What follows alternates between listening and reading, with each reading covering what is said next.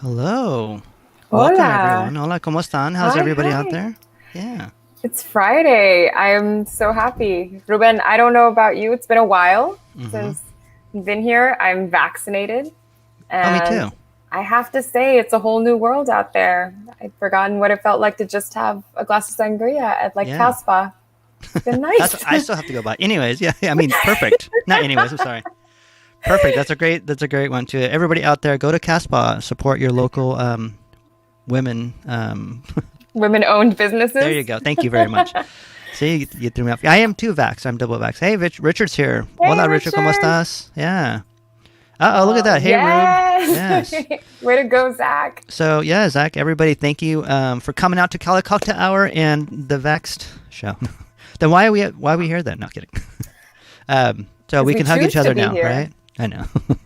No? Everybody, we have a great show tonight. Who do we have tonight, Carissa? We have someone pretty amazing, Ruben, Jose Antonio Aguirre. And if you don't know who that is, you're about to find out. See? But he's a pretty exceptional person. And I think, Ruben, I'm so grateful that, you have this space where we can really get to know artists in our community. And community apparently means much broader than Sacramento, California, even the United States. So you Yeah. mentioned he's a binational muralist. I'm pretty excited to Yeah. speak with him tonight. And yeah, let me go back to the person that made this possible, Raquela. Thank you. She is here too. She said, I said, I'm what? I'm here too. So, I'm here too. And then, look, Scotch Carissa. Yeah, it's bourbon tonight, Richard. Thank you so much. Bourbon. Yeah, there you go. Hola, Vero. How you doing? And Uli is here. So we have a really good crowd here tonight. Everybody coming in. Yes, I am excited to talk to Jose because I was a little intimidated, and I told him that earlier by his background and his work. But, he was like, no, I'm human, and it was great. So we talked about it a little bit, and he's a great guy, and and I'm glad about this show because we do bring good energy people here, and if anybody out there what the show, if you need anything, contact me after the show if you don't want to talk to, but I think people are starting to feel good too. So that's the changing of the show too goes with the vibration level too. And then we have Christmas Eve. It's Chris. What's up, Chris? Yeah. Happy Friday, Chris. Yeah. What is And then it? and John Michael from Seattle. Perfect. Hey, Chris, how you doing, Chris? John Michael is going to be my first. He's going to be my first NFT art collector. So we'll go in the crypto world later on, but he'll be my first buyer of a crypto art piece, and then I will unleash the rest in the crypto world. And for those of us who don't know what NFT means, oh, none. Well, that's a big one too. Okay. We'll go. I promise I wouldn't talk about that because that's a lot to talk about. It's a different world. So, oh, look, who else is drinking out there? Draft cider for me. Ooh, Salud. yes. Yeah. So, so we're excited, and like I said, we'd like to thank you for coming out there. And this show is for that one person out there that is, out there that needed a little bump. Well, not a bump. Those are the 80s. So those are my old days. Anyways, we will... A little boost. A little boost, yes. A vibrational boost. Okay. Yes. Okay. Yeah, John Michael's super excited. So I am John Michael. And I will get that minted, all ready to up in the digital cyber metaverse for you. And we will go on to that and go. So how are you doing this week, Carissa? How's your week going? Before this week, not so great. There was actually coverage around it in the New York Times. Someone that you've had on the show before, our former poet laureate, Andrew Defy, actually talked about it. But there was this communal feeling that people were experiencing called languishing, which is that many of us were coming out of a very long-term feeling of isolation or depression or anxiety. And it was hard to look forward, even though we saw the end in sight. Like some of us were starting to reintegrate. There was this feeling of being stuck without being excited and without. So for a while I was there. It was like, the days seemed to run together, but something about this past week, especially, maybe it's the weather, maybe it's just people and being able to hug my family again. There's been something really special about just knowing we're still in a pandemic, by the way, but we are. Yeah. But I have to say that amongst many things, it's just been, this past year has been a great exercise as far as how to really cherish and hold joy while also holding grief. And so this week has been a good week, and I'm grateful for that. And we're back. Yeah. And Ruben, how has your week been? I had the same thing. I went through what people term situational depression for 2 days. I'm usually able to come back out of it. Actually, Chris can say I had a good piece on language. That's the one. I read that one, Chris. Yeah. That was a great piece. Yeah. So, sorry. No, go for it. Oh, sorry. Here, and Chris put down the, there you go. So everybody wants to look at it, they can click on that too. Thanks, Chris. Chris is always, on top of it. Yeah. So just I'm had a little bit of a depression. Once in a while that happens, and I know how to steer it because I know it'll go away. I know how to ride that wave, and but I learned. I was sad, I was happy.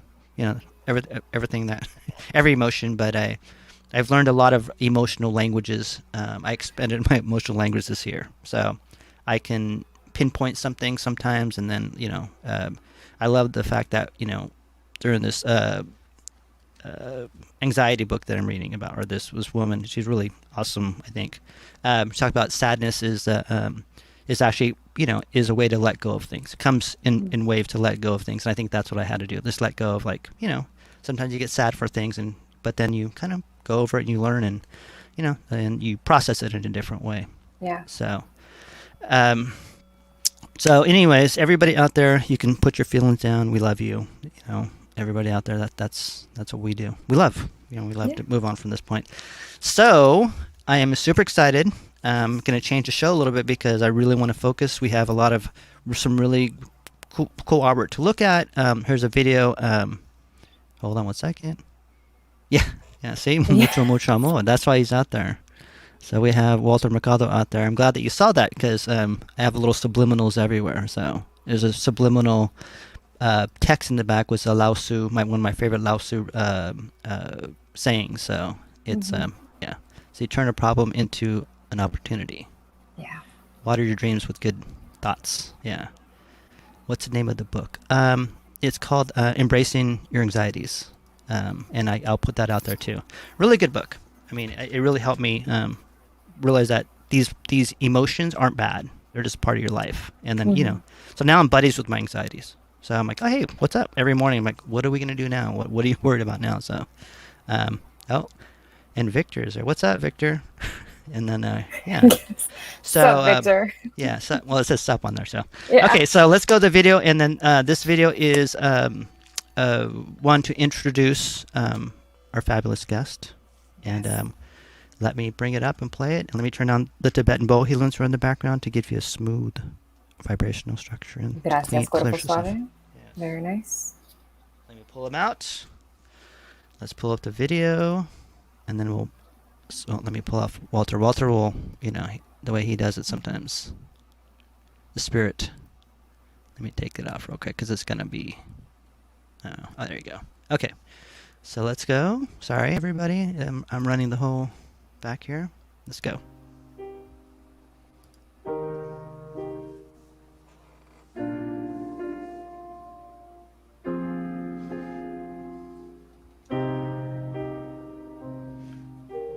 So, it's very interesting because Maestro Siqueiros didn't like to do mosaic. It's one of the artists that I admire the most.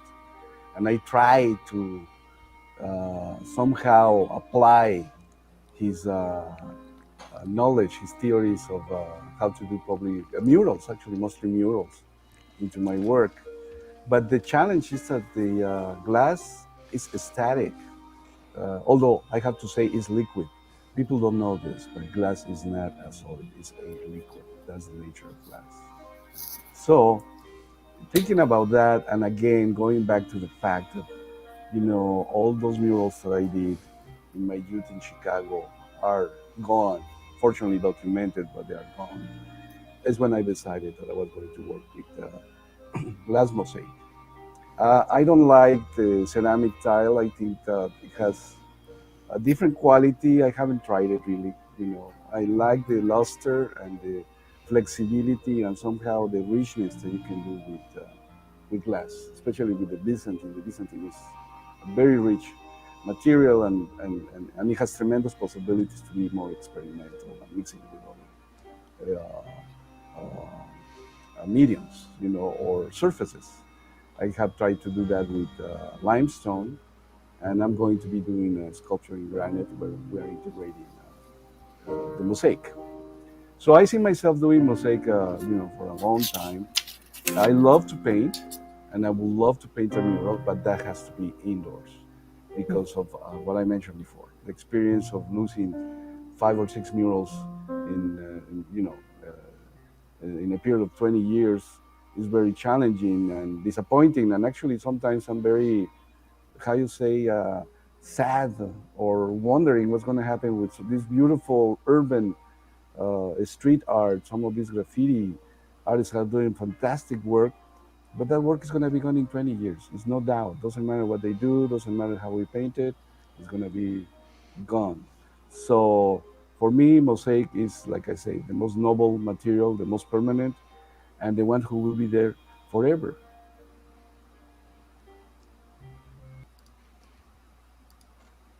And there he is. Hola. Hola. Buenas noches, Jose. How are you? Can you hear us? Jose? There's a bit of a lag. I think it'll come back. I think so. Well, hopefully it will. This is a live version, right? So, Jose, can you hear us back there? All right. Let me see. Let's try that. Victor says hello. Hello, Hi, Victor. Victor. Yeah. So we have a little. Can you hear us now? Maybe. I don't know. Well, it happens. Yeah, but we're doing good in the middle of it, so. Let's see. Jose, Hello, everybody. Nice to be here. Thanks so much for inviting me. Okay, good. Hello. Okay. Hello. Hi. No, sorry. It's just we're still working with, I'm glad it's become more normalized that we have these kind of interruptions with technology. But glad you're here. Glad that connection came through. No, so Ruben, Yes. sorry, I just want to make sure we're all not Yes, I frozen can now. hear you. Can you hear me? Yes, we can hear you. Seems to me that we are having Okay, we'll do our best. Yeah, Raquel, he is here. Yeah. And no, these things happen. But watching that video, Jose, Yes, I can the, hear you. Can you hear me? yeah, yes, No? loud and clear. Can you hear us?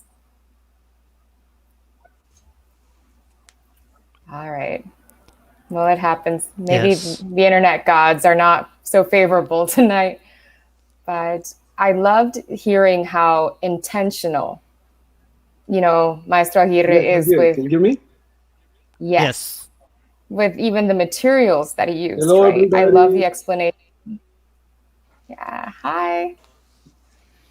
All right. Let's see. Jose, can you hear us?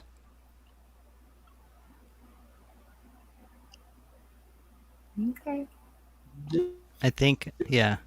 I think you have to go come back into the No, I studio. don't think we're. But I'm glad you are.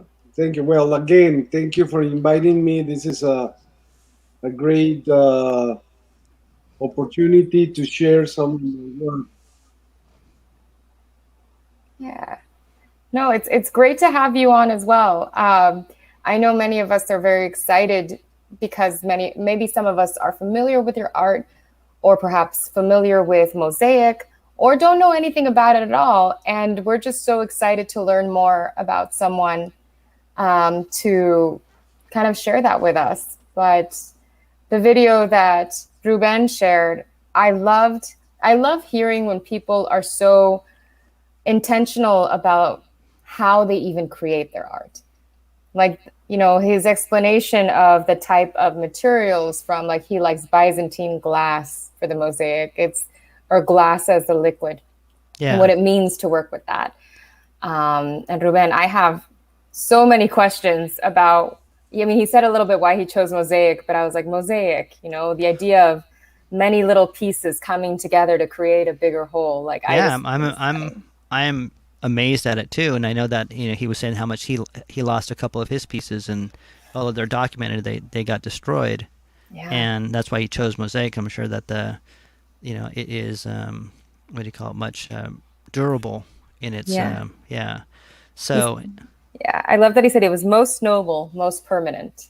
yeah, so Mm-hmm. he'll be back, I'm sure. And this is what we do: we come back and we make a comeback. We do.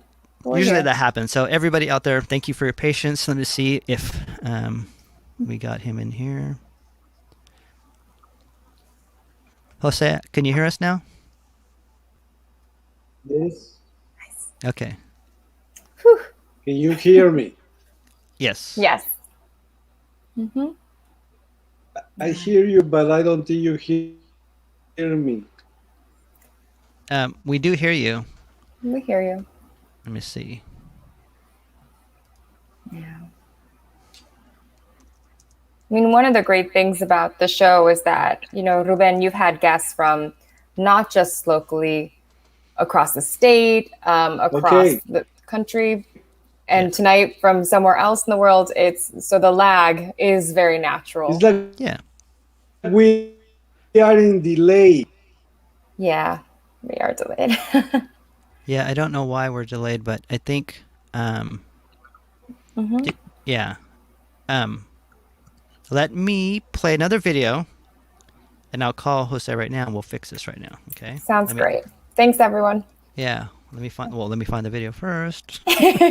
So, but this test this is the another video from Jose, and I will turn all the volume up because it's a little hard to listen to.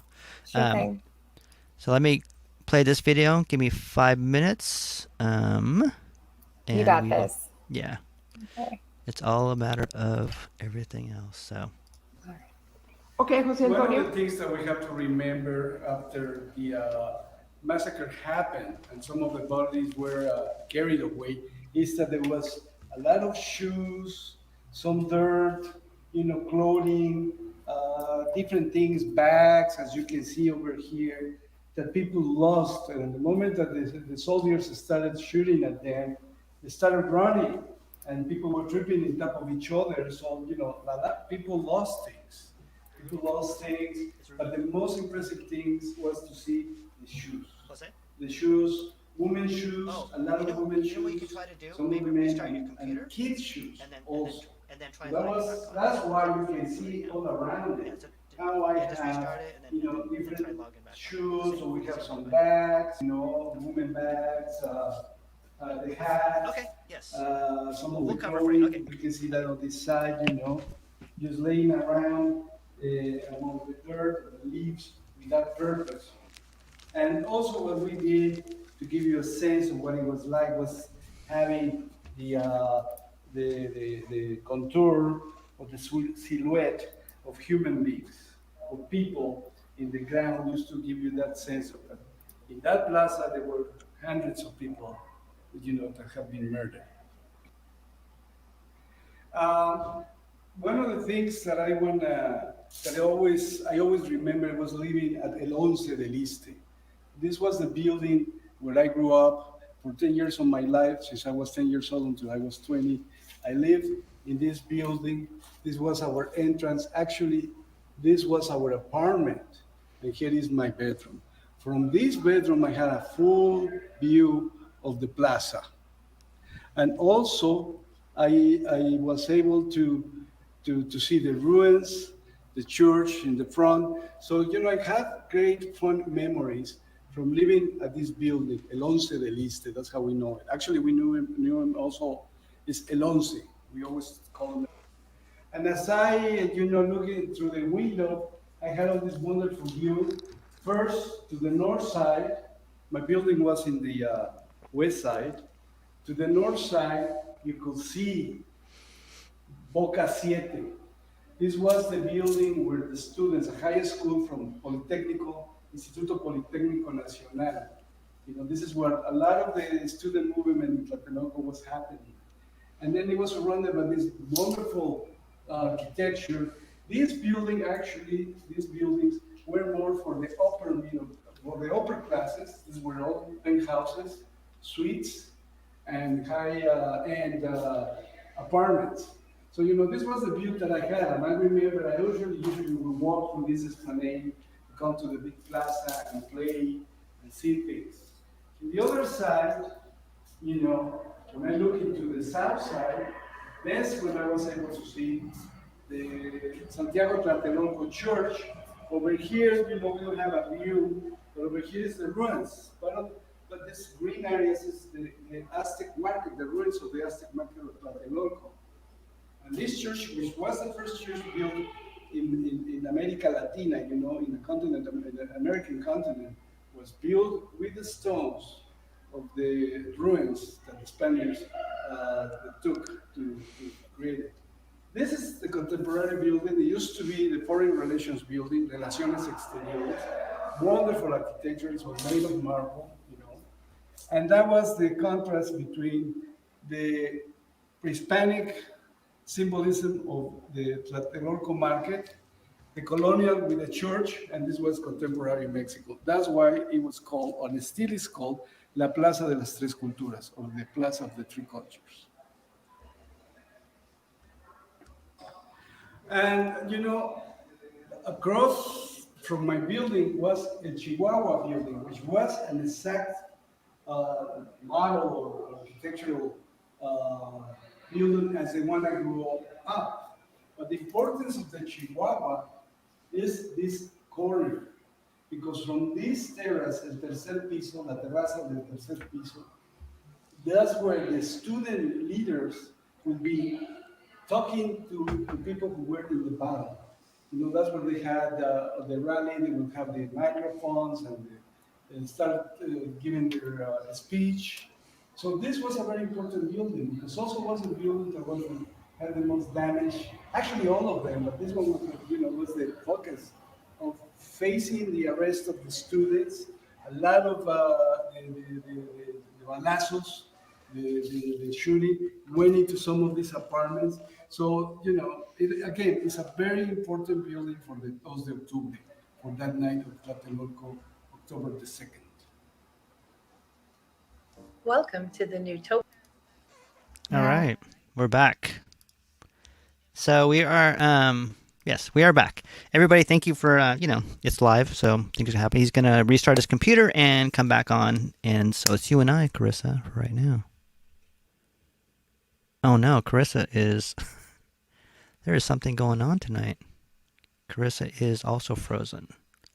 Am I frozen? Let me see. Let me get her back on. Yeah, you might have to come back out too. So, I don't know. I'm running on a hi-fi system. I don't know what is going on. Tonight is, one of those nights, and we'll get to it. And Carissa is back. Yes. Hey, it's just what it's gonna be. Is it working? Yes. Okay. That's Carissa froze, so that's a good one. This is interesting. Yeah, so she is back. So we are back. We just watched Champagne Music Box says we are good. So Carissa should be coming back in a second too. As we go, we're going to go back and talk about a couple of videos too that we. Oh, there she is. Okay, so we are. The trifecta is back. Yes. No, I'm happy to be here, Jose Antonio. Seeing that installation, I think it was such a, I remember learning about it much later in life, about the massacre at Tlatelolco, or the, the massacre at the Plaza de Tres Culturas. And from what I understand, please correct me if I'm wrong, because I had to learn this much later after the fact, was that in 1968, there was globally a social revolution happening in many countries. And Yes. Here in the United States, we had like the Kent State massacre, where the government actually killed students. What we had in Mexico was, a summer of a lot of civil unrest, where students were organizing and really challenging what the sort of almost fascist, we want to say it, PRI, or a lot of the regulations that were being passed, or the oppressive spirit of the government at that time was doing to the people. And students were organizing. And on this day, almost 10 days before Mexico hosted the Olympics, thousands of students gathered at this plaza to demonstrate and to listen to speeches, so peacefully demonstrate. And the government actually ordered firing upon the people. And I think of the thousands of students who were there, almost 300 to 400 peaceful protesters were killed on that day, with over 1,300, from what I remember, were arrested. It was shameful. It was horrific that students who were protesting peacefully for what they felt was right, protection of human life, or, challenging. And I don't know if this sounds familiar to people listening. It seems like history maybe doesn't repeat itself, but it rhymes. And but Jose Antonio, to see that, it's, do you think we've learned anything at all? Or what was your experience during that, knowing that this has happened in Mexico, and how the government responded then and how it's responding to it now? But Well, hope there I isn't think a for lag. me, Mm-hmm. yeah, for me that moment was a key moment where I matured very, very fast, and without knowing, I probably found my calling as an artist.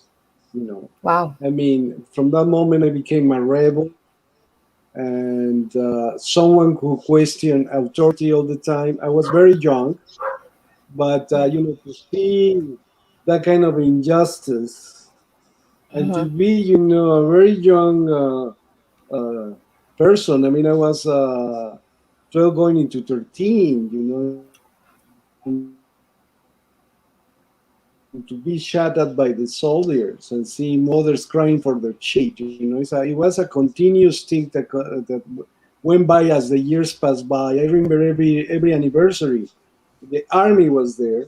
I would be coming from middle school, and they would take my my mochila or backpack, and they will throw everything on the ground to see if I had weapons, or whatever. And here is a kid, and I'm looking at these guys with big rifles and stuff.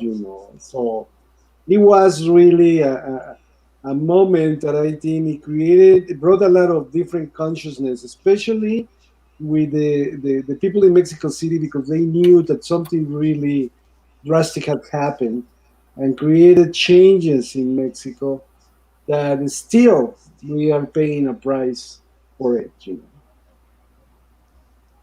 Yeah, no, thank you for sharing that. But you talk about how that was the day you decided that you were going to be an artist. And so I'm so curious, do you find that there's a connection between art and activism?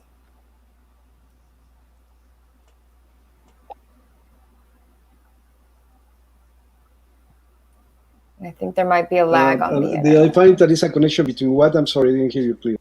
Between art and activism, or what is the role of art in sort of activism? Well, definitely it is.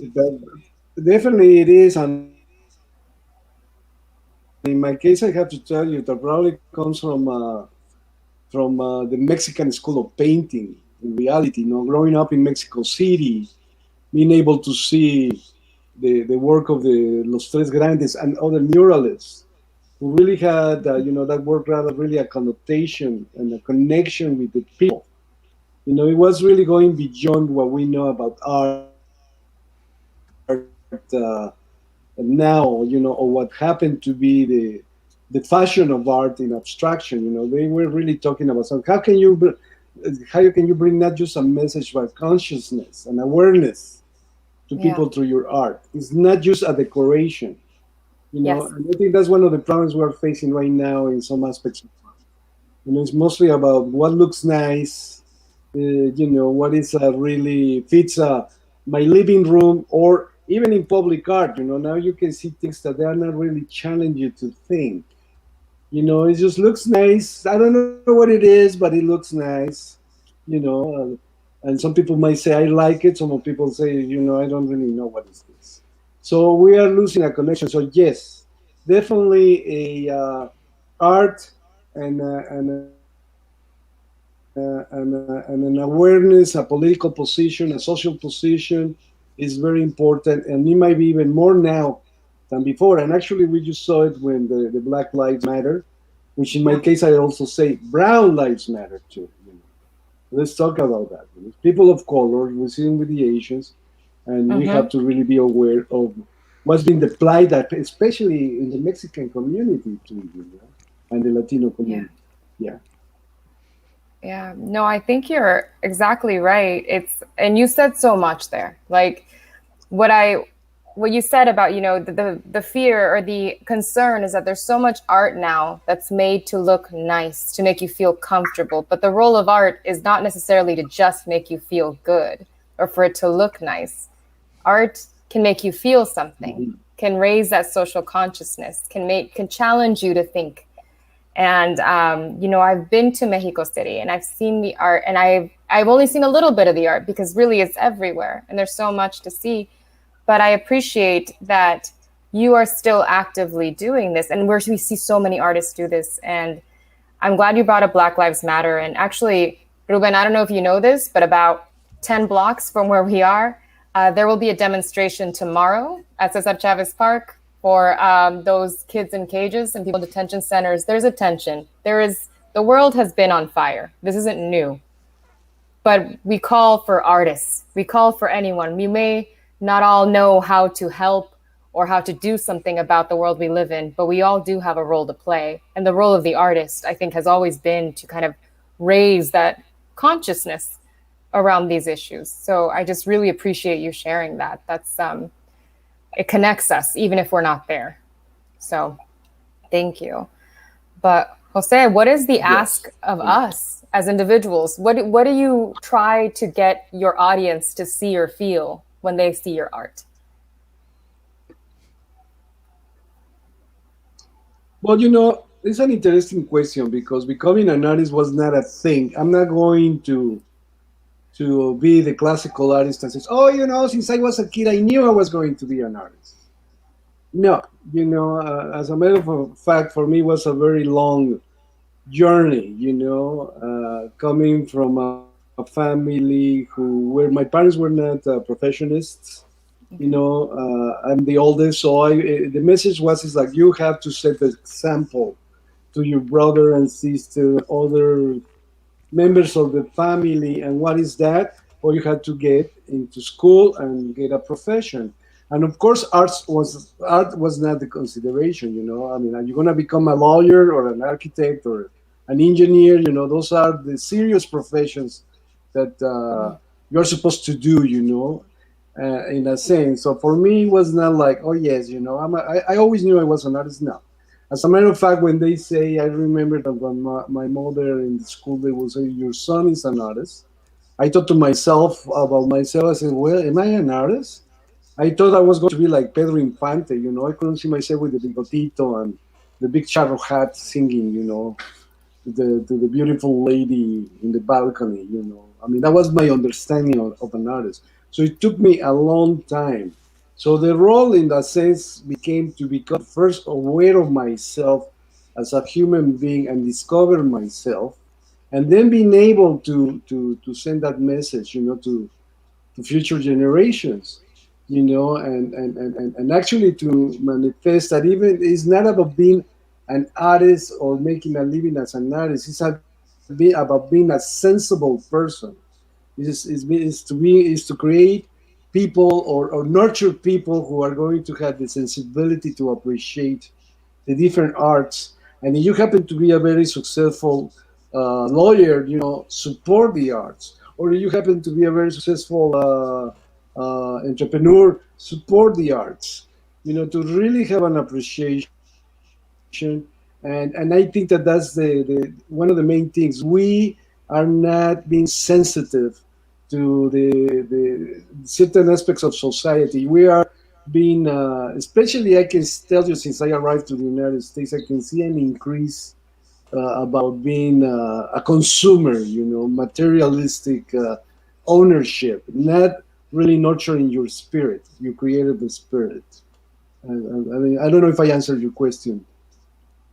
I think it's a conversation, Ruben, right? It's what I appreciate. It's like, as soon as you started to say, I didn't start out to become an artist, I was like, yes. Because does everyone wake up one day and thinks, I'm going to become a revolutionary, I'm going to become an artist? It's and I love that you said it was to be a sensible person. And I'm just so curious, yes.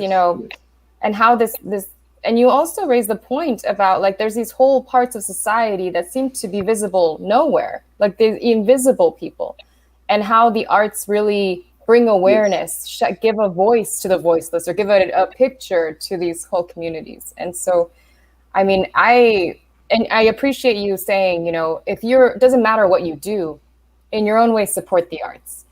And I wonder, where does that come from? This need to, there's this idea that the arts are like, and especially growing up in this country, the arts are an additional class you can take. It's something that's added on. We don't see it as a core component of community, or a core idea of a messenger, or as a form of media that really advocates for people, this like universal language.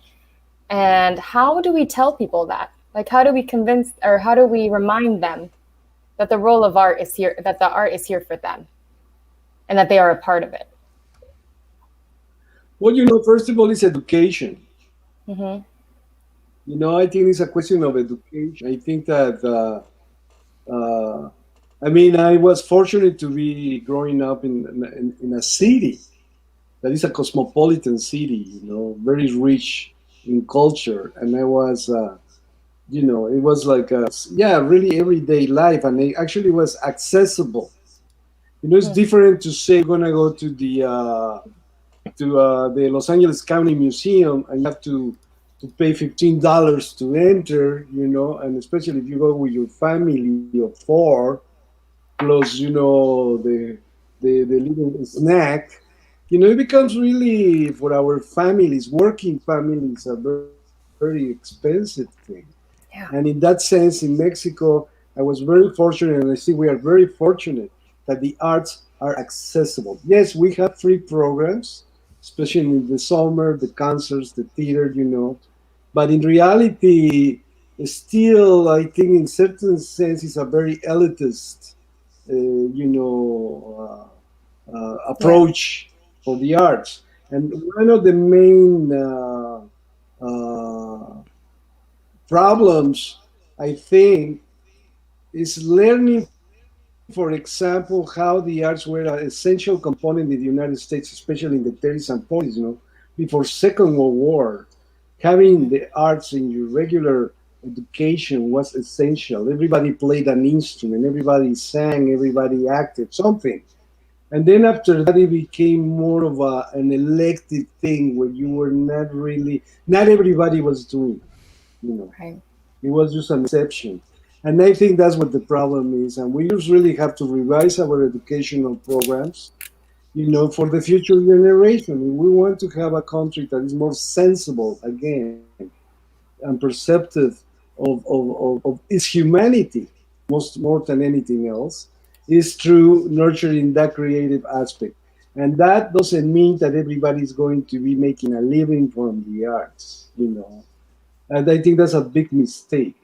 The thing, first of all, because it's also this thing. Either an artist is either a bohemian that is always with a bottle of wine, and painting the muse, or is the person who is really lazy doing anything. And then we don't understand. This is really it's a double full-time job. It's not just a dedication at once. You really have to be devoted, and again, it's either that or you think about a successful artist. Oh yeah, you made millions selling a painting or selling a record. It's not about what you are expressing with it. And you can even see it in some of, excuse me, the contemporary expressions in the arts. Some of them are really targeted to see how much money, how much financial success you're gonna have, versus saying what is the message and what you're sharing with the community and with humanity. Yeah. And that's something very interesting, and especially as a migrant, I always say, I'm an exception to the rule. I didn't came here because I needed money or my family needed money. When people ask me why you came to the United States, I said, because I was involved in music, and I went to Chicago for a 2-week vacation to buy an electric guitar and see a rock and roll concert. Which rock and roll And that concert, though? journey. Actually, I saw Elton John first, which is not my favorite. Okay. But it was the first one, and I really wanted to see someone. And actually, I can tell you, it was in his prime. But no, I saw several people like Chicago. I saw Jethro Tull, Led Zeppelin, Oh my gosh. Boston, Frank Zappa.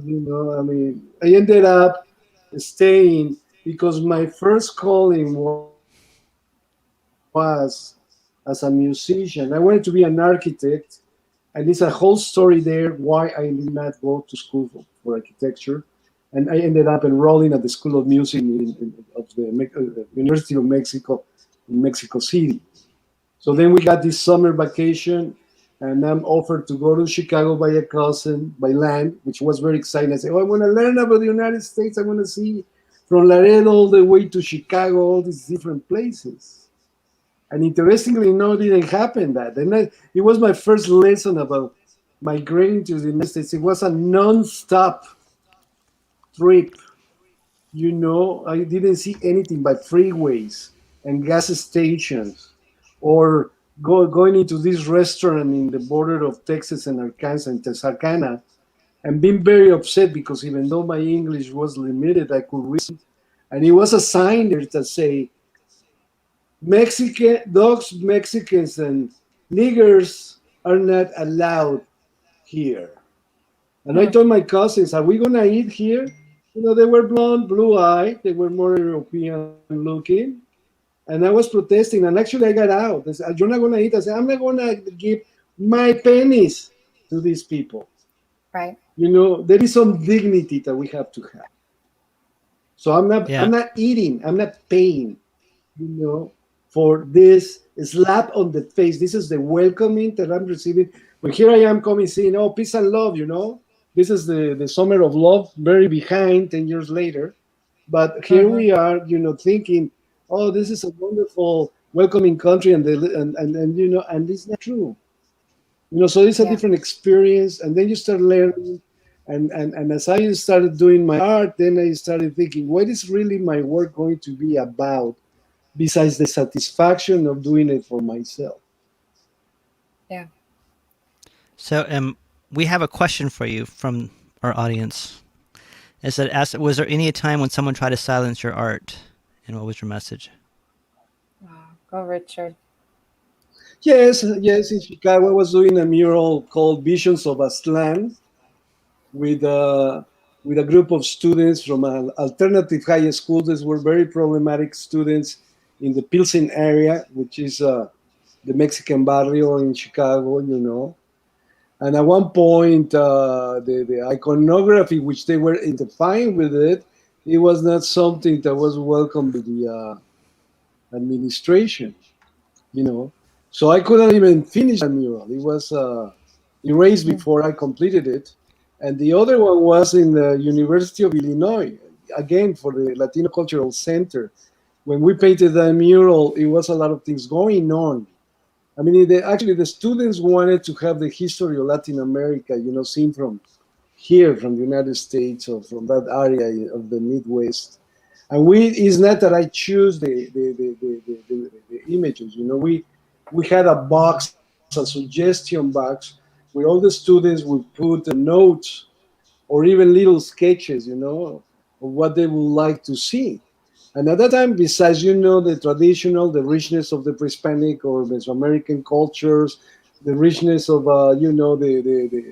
the folk arts and the festivales and this and that, they also wanted to talk about that, that we talked about the challenges of the conquistadores, the destruction of the conquistadores.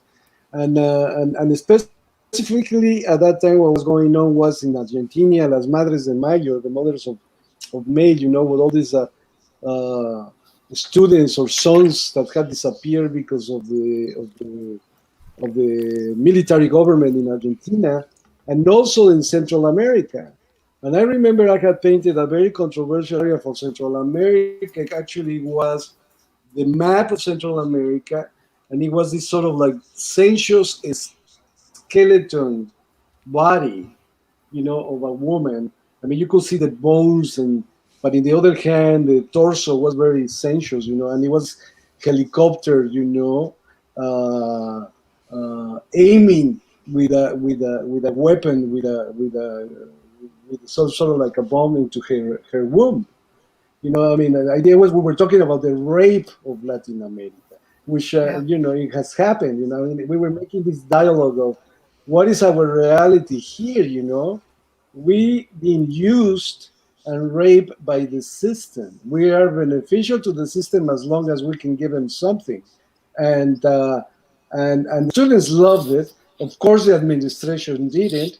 And 5 years later was gone for this, kind of really glorification, allegory of what Latin America is in the United States, But in reality, it's been a struggle. And I love the night that, we have received a lot of, been some benefit of being in this country, but in the other hand, it's not being for free. And especially in California, as we know, we were doing some conversations before the pandemic about the Tratado de Guadalupe Hidalgo, Hidalgo Guadalupe Treaty, really analyzing each section and discussing it, because people don't know it. Excuse me. What they mostly know is about, oh yeah, the Mexico lost half of the territory, but there were other agreements and treaties to really have a society of two cultures that they were going to grow and nurture together. And Yeah. unfortunately, it didn't happen. In some cases, we know it didn't happen. It happened usually with the Native American Indians. So Yes, I have had that situation, but it doesn't mean that I'm going to be silenced because of that Right. in my work. There's so much that you just said, Jose Antonio Aguirre, and I'm so upset that this show is not several weeks long because there was a lot of, I think, as you're speaking, even with some of us who maybe lived through that, saw it, grew up in Mexico, grew up in other Latin American countries, have seen this relationship, with our political system. But I wanted to go back to something you started with, because you talk about almost the role of the artist as, these days trying to make a living out of it, and how that's really almost corrupted their art. Is that, branding their art. Well, the branding yeah. of the artwork, yes. Yeah, but I mean, the sense that who pays or who is successful as being an artist does not align with the values of a community all the time, right? It's like the people who do get their art purchased or making art for it to be purchased does not necessarily represent the community. And the values of the community are not always aligned with the values of the people or of society. Like we see in I hate to use this term because I hate using big terms all the time, but it's like, did I freeze? Oh, no, I'm like, a big term, sorry. We live in a capitalist society, right? And it's like, and unless you're able to produce or you produce in a way that our society says you're supposed to, then you're valuable. And it's like, no, the role of the artist is not to simply produce, to create value for the few, to create profit. It's really, to speak truth to power, or to, really live through these experiences. And I appreciate you saying, you see this and it's upsetting. It's, how we see these, I never feel like it's my right to say who's an artist and who isn't, but people who proclaim to be artists simply to make a profit. It's unfortunate. And who are those people who are, Ruben, creating art as an ongoing conversation with their community, with their society, and saying, there is a movement happening here. There's a feeling, there is something that needs to be captured and can't be forgotten. And I love that piece. But you mentioned accessibility. You growing up in Mexico, seeing that you could see these murals, you could see this art, and people could go to it. But I also know, and I'd like to know more about this, when you have brought art to people. So I know that you actually worked with correctional facilities for a while too. What was that like? Why did you do that? Well, I was someone who has preconceptions of prejudgments. When I was invited about 20 or so years ago to do my first class in the institution, to get involved, I didn't want to have anything to do with this population. I mean, to me, my knowledge was what we got from the news and from Hollywood, television, So I had this image, I don't want to have to do anything with these people who are destructive, with our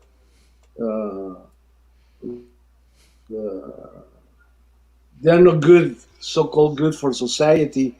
And I remember that I was teaching in this organization, in this cultural center in Los Angeles, and the receptionist, every time I went to do my class, she kept on telling me, you will be good teaching in arts and corrections. Give me your resume and your slides. At that time, there were slides. And I never brought them until one day, going to work, I happened to go to my mailbox. I got a packet back. And the first thing she asked me, like every week, did you bring the stuff to me? And I say, yes, it's in the car. Let me finish class and I give it to you. I say, finally, okay, I'm going to get it out of the way. And I got a call. I got a call from the people in charge of the program. And at that moment, for me, the question was, okay, what is what I know about this population? I've been trained to not like them. You see the movies, you see the TV programs, you read the news, all this stuff. I don't want to have anything to do with them, but do I really know who they are as human beings, regardless of their crime? So to me it was okay. I guess the only way to really know who they are, going there and meeting them, which is what I did, you know. And you know what he brought to me was a very clear fact, because then I realized that actually artists and the so-called criminals, we are practically the same. The only difference is that the artist has suddenly a path of being of construction, of being constructive, you know. The other group faces a path to be destructive. Depending when you get into that the bifurcation of the road. Some of us went in one direction, but in practically the creativity and the sensitivity as an artist is very similar. You know, we might even have had some similar experiences, either family or wherever, you know, but at one point, like I say, I went into this direction to do something constructive, and the other person did something destructive. You know? And I got to tell you that I have found the most amazing, talented people in the institution. I'm not just in the arts. I mean, in the arts in general. Excellent poets, excellent musicians, you know, excellent visual artists. I mean, people to really just say, man, you have happened in that key moment. If it has been someone or something that brought you in the other end.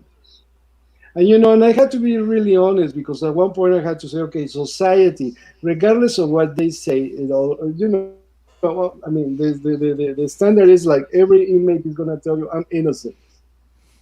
You know, for me was like I say, society or the system already judge you, and you are paying for whatever act you committed, being right or wrong. You are here. And my job or my responsibility is not to judge that. My responsibility is to give you a tool to find your creative expressions, and probably through that experience, find your inner voice. And when you get out of here, or even if you don't get out of here, because some of them are there for life, but you find Yeah. something that is gonna be your new direction in your life, you know. And it's amazing to find certain things. So, like I said, you know, that's when you start facing society, you know, and trying to understand, you know. Now, I don't criticize people who decide to make money with their art. That is fine if they want that. But you know, the people I value is people like Van Gogh, you know, who he barely sell a painting for 100 francs by the time he was practically at the end of his life, you know. Or I value people like El Greco. It took 200 years to really realize what a master he is. Although he lived well, you know, at his time, he lived well, you know. He was able to paint the aristocrats and the church in Spain, you know. Although the king, Philip II, he never bought a painting for his collection, ever, for example. So I say, you know, the significance or the weight of your art is going to be determined by the now. It's going to be determined by the later. Now, what is important to me when you see a work of art, when somebody comes to me and tells me, you know what, I can see this, and that, and I'm like, you're right, but I did it trying to say that, but it's there. So what is that telling me? That the work is starting to have life by itself. It's starting to breathe. It's starting to become something by itself, and then you're really transcending, you know, in that sense. I mean, it's really like, can you make a decent living doing your work, you know, whatever your goal is. I mean, let's go the simple thing. You're gonna have, you know, a family, educate them, and you know, you're gonna do your thing, and you're able to do that. You're able to do that. That's great, you know. Now, what I do public art, because to me, public art public art breaks with that rule of having selling the art to someone who's going to speculate with that. You know, when you have a piece of art like a metro, for example, you know, at the metro station, people are going to go past by it, and maybe the first times, but they might not even care. Right. You know, And but you does know, I think if a do we regular have pictures route, of that? Yeah, give me 1 second though before you guys go on, just Yeah. because I want to catch up. maybe I'm going because, What's that? Sorry. That's okay. so we can talk about that when we show the. Yeah, so Raquel says you need to do a follow-up. Such great dialogue on there. Is, and yeah. Jose Antonio, I know that at some point, I apologize. No, I'm just going to drink mezcal. I'm good. I'm here back here. No. I was like, I know we have some pictures that you want to show. We have like 12 pictures I want to get through. If I can. No, it's okay. We can go. I don't want to see them, but there was something that stood out, and I'm going to remember this for the rest of my life. The difference between an artist and a criminal is that one chose a path of construction and the other one chose a path of destruction. But I was like, thank you for saying that there was more in common between criminals and artists. I'm going to carry that one with me for a very long time. But Ruben, please jump in, So no, it's great. It's great because it is a beautiful dialogue, and it really is. And because we had to go through this, a little bit of the Matrix. We played glitches, we played your video of Mosaic, and we talked about how you said in the video itself how you chose to do glass mosaic because other pieces were destroyed, and that's how you wanted to and we wanted to get back there because we do have some really beautiful pieces of artwork, and you're talking about public art, and right now I think you were talking about a lot of what we call Instagram artwork. It was all these new murals that are pushed by corporations on us here in Sacramento. Are these these works that are just either they're colorful, but they're they're really kind of. I think you went away. I see the Matrix is alive and well. So anyways, Chris, how are you doing? No, I think it's interesting that if you wanted to talk about, can we talk about Jose Antonio Aguirre? I know he'll join in just a moment. Yes, let's do it. There is I feel, many of us read books, see art, maybe saw Guernica as a painting in Spain, or went to Mexico City and know about some of these things, or have been to Argentina, or see these things. But to meet someone who's lived through it and then expresses themselves, I'm very moved, and it's game over, Ruben. Tomorrow, I'm going to wear my beret. I'm burning down the system. It's done. See what you did. I know, but back to you on public art. It's and the connection to what's going on in Sacramento right now, we are seeing, you're right, beautiful, vibrant, eye-catching art. What is it saying? How is it Sacramento? It's say market me is what it is. But so we see a lot of wings. People can take picture with their wings. A lot of flowers that people can take picture. But they don't really mean. I don't want to say that but you go to Mexico, right? You go to say Chachila. It's pretty revolutionary what they're doing and their public artwork. And I get that there's a lot of artwork here that the owners have to approve. So it's a building. Sacramento is still a government town, so you can't have too crazy stuff.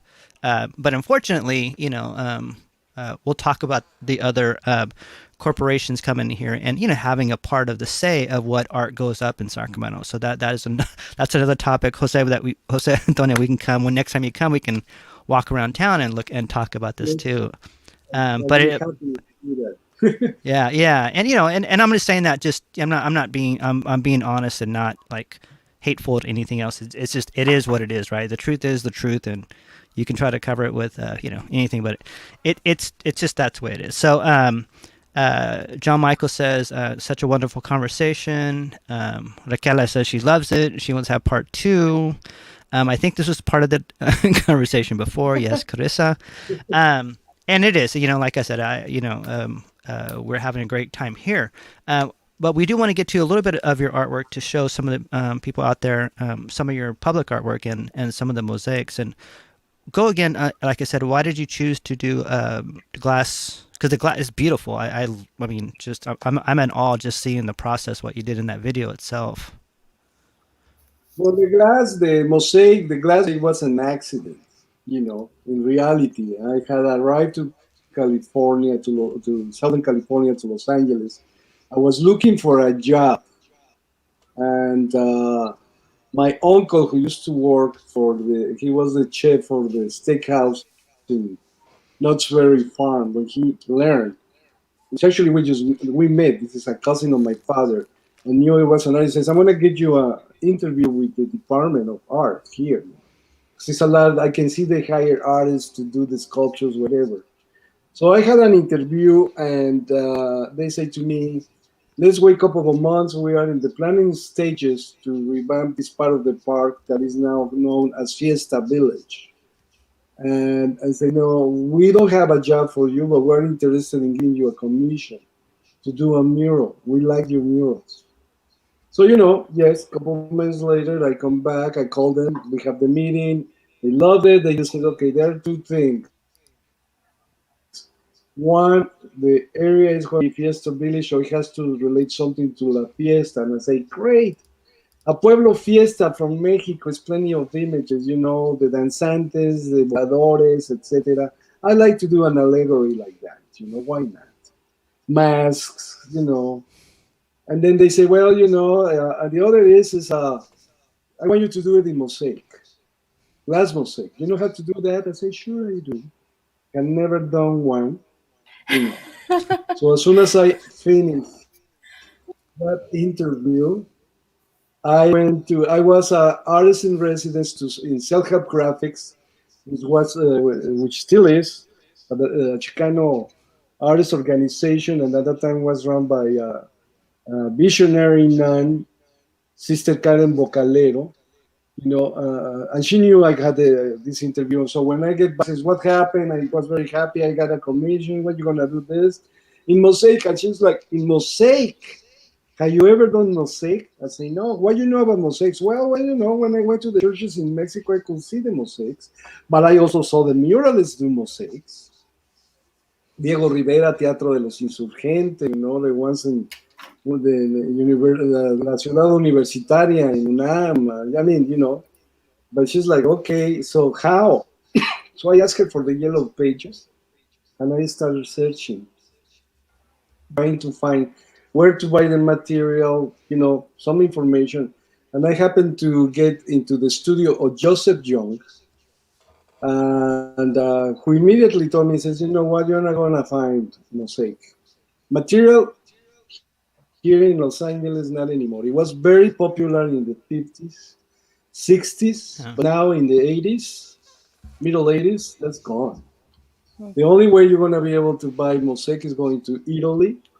And the problem about that is that not everybody, the Arabs are buying all the supplies. Unless you place an order of $10,000 minimum, they won't sell you materials. But don't worry, I have a lot of material left over from some of my previous projects. I'll sell you wherever is there. Just go out the studio and pick up what you need. I say, "Okay, maestro, thank you." I said, "Hey, I have one more question." He says, "What?" Say, "Do you know where I can learn how to do this?" And he's like, "I don't believe you. You have a commission in one of the major parks in Southern California. You don't know how to do this?" I said, "Well, no." I said, "You have an accent. Where are you from?" He said, "I'm from Mexico." "No wonder you Mexicanos, you're like cucarachas. You survive everywhere. And don't take it wrong. Right. Really, it's great. You're a survivor." He says, "Well, do you have any formal training? You went to say, yeah, I did my bachelor's, my BFA at the Art Institute of Chicago." I say, "Excellent. You have a good foundation. You had a good training." I'm going to tell you, says, I published this book in 1958. It's out of print, but I gave it to all the libraries, the county libraries. You find it, you don't need anything but my book. I don't have a copy. If enough, I will give it to you. But you find that book, there is a step by step by step. And that's what happened. I found the book and I read it and I started to put my hands into it. And that's how I started doing mosaics. Which actually then after I did that mural, that's the other part of the story. All the 9 murals that I painted in Chicago were gone by then. Nothing existed. And to me, mosaic was like a permanent material. It doesn't have the flexibility of painting, but it had that permanency. You know, I mean, come on, let's think about pay. You know, here you have a major eruption of the Vesuvius volcano, and we are still discovering mosaics from that era. You know, I mean, mosaics are about 3,000 years old. They're everywhere. You know, so I said, oh, this is the medium that I'm going to use from now on to do my work, and also because of another fact. When you go to a museum or you are in a gallery, what's the first thing they tell you? Don't get near the art. Don't touch the art. Don't touch it. Don't touch it. And glass is touchable. You know, so this works is wonderful because I can see people, the audience, the spectator. Yeah. If they get really curious, suddenly going there and following whatever textures or colors the children, you know. It's a friendly work, and that's part of the philosophy. Like I was telling you, I like to do public art because it belongs to everybody. First of all, it's paid by a taxpayer's money when it's a civic work, or if even it's a private developer, but they have to pay this fee. And some of them are wise or visionary enough to say, I'm going to commission an artist to do something for my either location, you know, which actually they then realize that eventually it's going to increase the value, you know, because still we are a commodity, even if it is public art. But it belongs to everybody. You know, it's not like in a gallery. It's not in somebody's house who is collecting it. It's inviting you to dinner. That's the only time you can see it, you know. It's not in the museum where you don't have the $15. Well, now they have some free days, you know, but still, you know, it's more accessible. And again, you might not care for the art, but if that's the route, you're gonna be exposed to it. And one day you're gonna be passing by with a little more free time, and you're gonna say, "What is this?" You know, I'm gonna look around. I love that image, Ruben. Yeah, I love that image of like people being able to interact with the art, touch it, look at it, experience it. It's not behind a glass cage. It's not behind a rope. It is something that is for the people. And, you know, I really love that image and I can see that. Yeah. Ruben, I think there was something you were going to say. I'm sorry. Oh, no, that's okay. No, I was going to say Sergio, who is in Chicago, he says, art and he'll be there in 2 weekends. Whoop. Mm-hmm. He also, you said Fiesta Village. Where exactly is that? Did you? Is that in Colton? That's at Knott's Berry Farm. You know, everybody has heard about Montezuma Revenge. No, I think that that's at the park, right in the middle of the park. You know, and that mural is still there with a fountain that I did. See, so there you go, Serge. So let's place. Now that. Yeah, let's show some of your artwork here, and you can explain a little bit about it when we go up there. Everybody, thank you for coming to Cali Cocktail Hour, Jose Antonio. I appreciate you coming out. Yes, I always skip the last names because sometimes I say them wrong. So you got it. I don't really known on the internet as a guy who says the last names wrong. So that's my thing. Not that I'm fearful of anything. Just I'm mindful of stuff. So let's go. Okay, everybody out there, we love you. Thank you for coming out to Cali Cocktail Hour. And now we're going to show some artwork, and we will, if you can explain to us what it is, because now that we know about the mosaic pieces. And let me ask you one more quick question. What happened to those pieces that were destroyed of yours? Actually, I documented everything very well. That's the only good thing I did. Yeah. And I'm in the process of writing a book. I want to rescue those years in Chicago.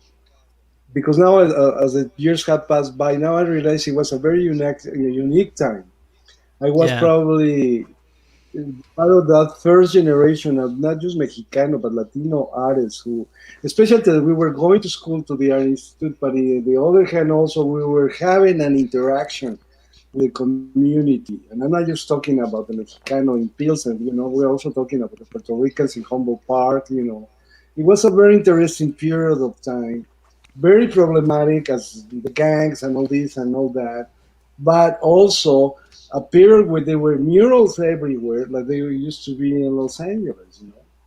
And that history has vanished either because of the destruction or because of the passing of time. I mean, unfortunately, when you paint outdoors, regardless of the best materials you use, that's not going to last more than 20 years. Yeah. Well, And a place like Chicago with the extreme weather, the yeah. snow, the winter, the humidity.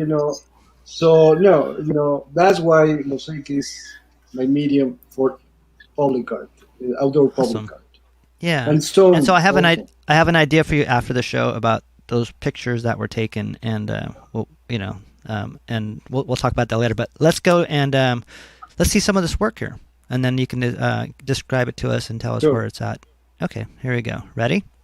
Listos? Listas? Yeah. And listas X. Let's go.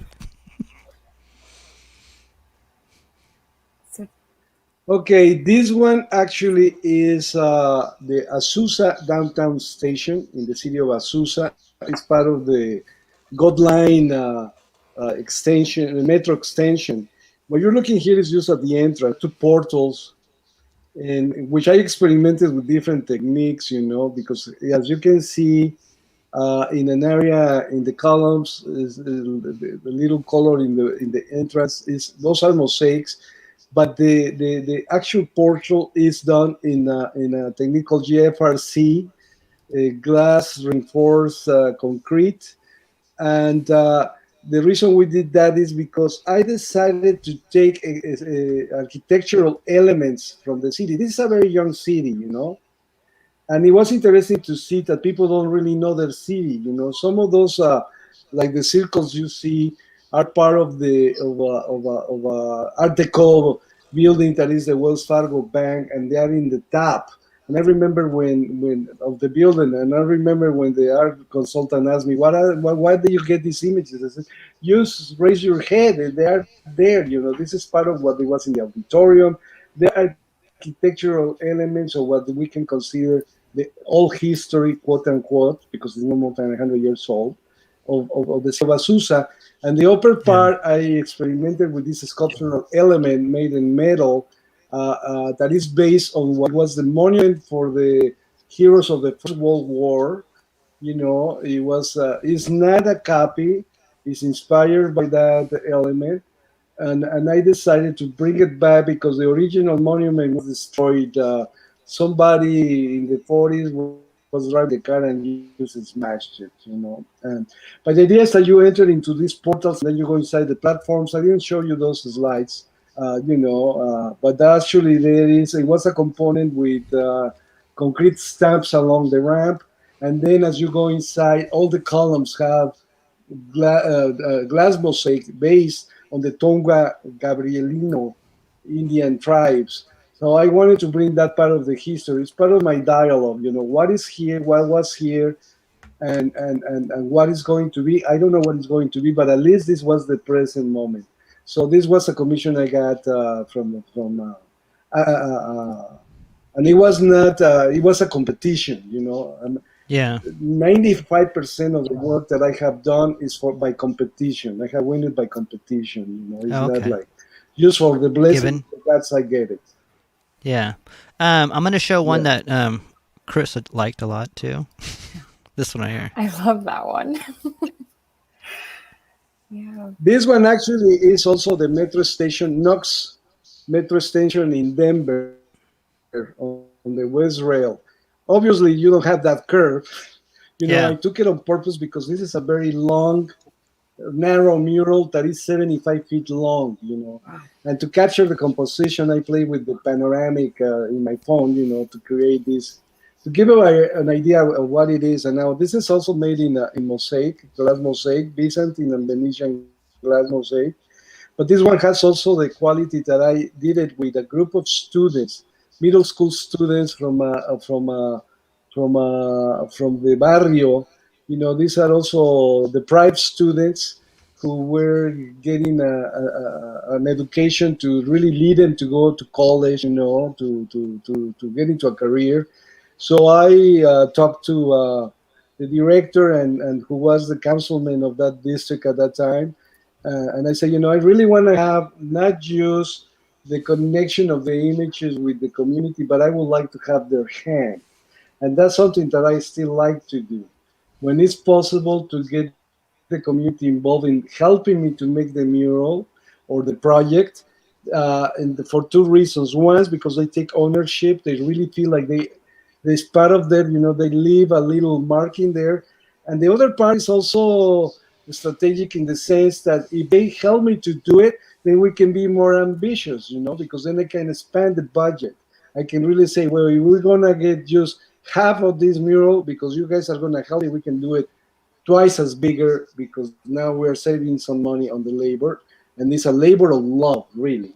And again, it's very interesting to see through the years how some of these kids are becoming young adults, or some of them are already adults and they still will go and see, bring the young children and show them what they did when they were kids or younger. Yeah. And we have and this has, we can. Oh, go ahead. I'm sorry. I think we have No, Miguel go ahead. Yeah. Carissa, will you read that for me, please? Yeah, Miguel is saying, es un gran honor de estar aquí con ustedes y José Antonio Aguirre. Gracias. So you have some love, José Antonio. Miguel, yeah. Gracias. And Miguel is, he's a awesome artist too, great artist too. He's in Bolivia right now. So he is watching, I think, from Bolivia. So Wonder we're in the same time zone. Or what time it is. So I wanted to make sure that one went out too. I love the piece. I love the colors. Let's get another one here for you. Yeah. This one's beautiful too. This one is another experiment.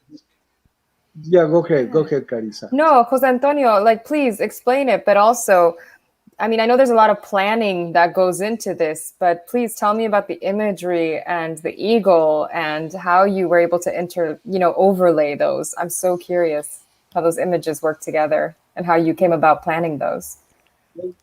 Yeah. Well, this is a very interesting project because this is for the Hilda Solis Alternative School in East Los Angeles. And the challenge for this project was that they wanted me to do it in this technique, digital ceramic tile, which actually is being used by other artists. They do the design and then they have the photograph in very high resolution as a digital file.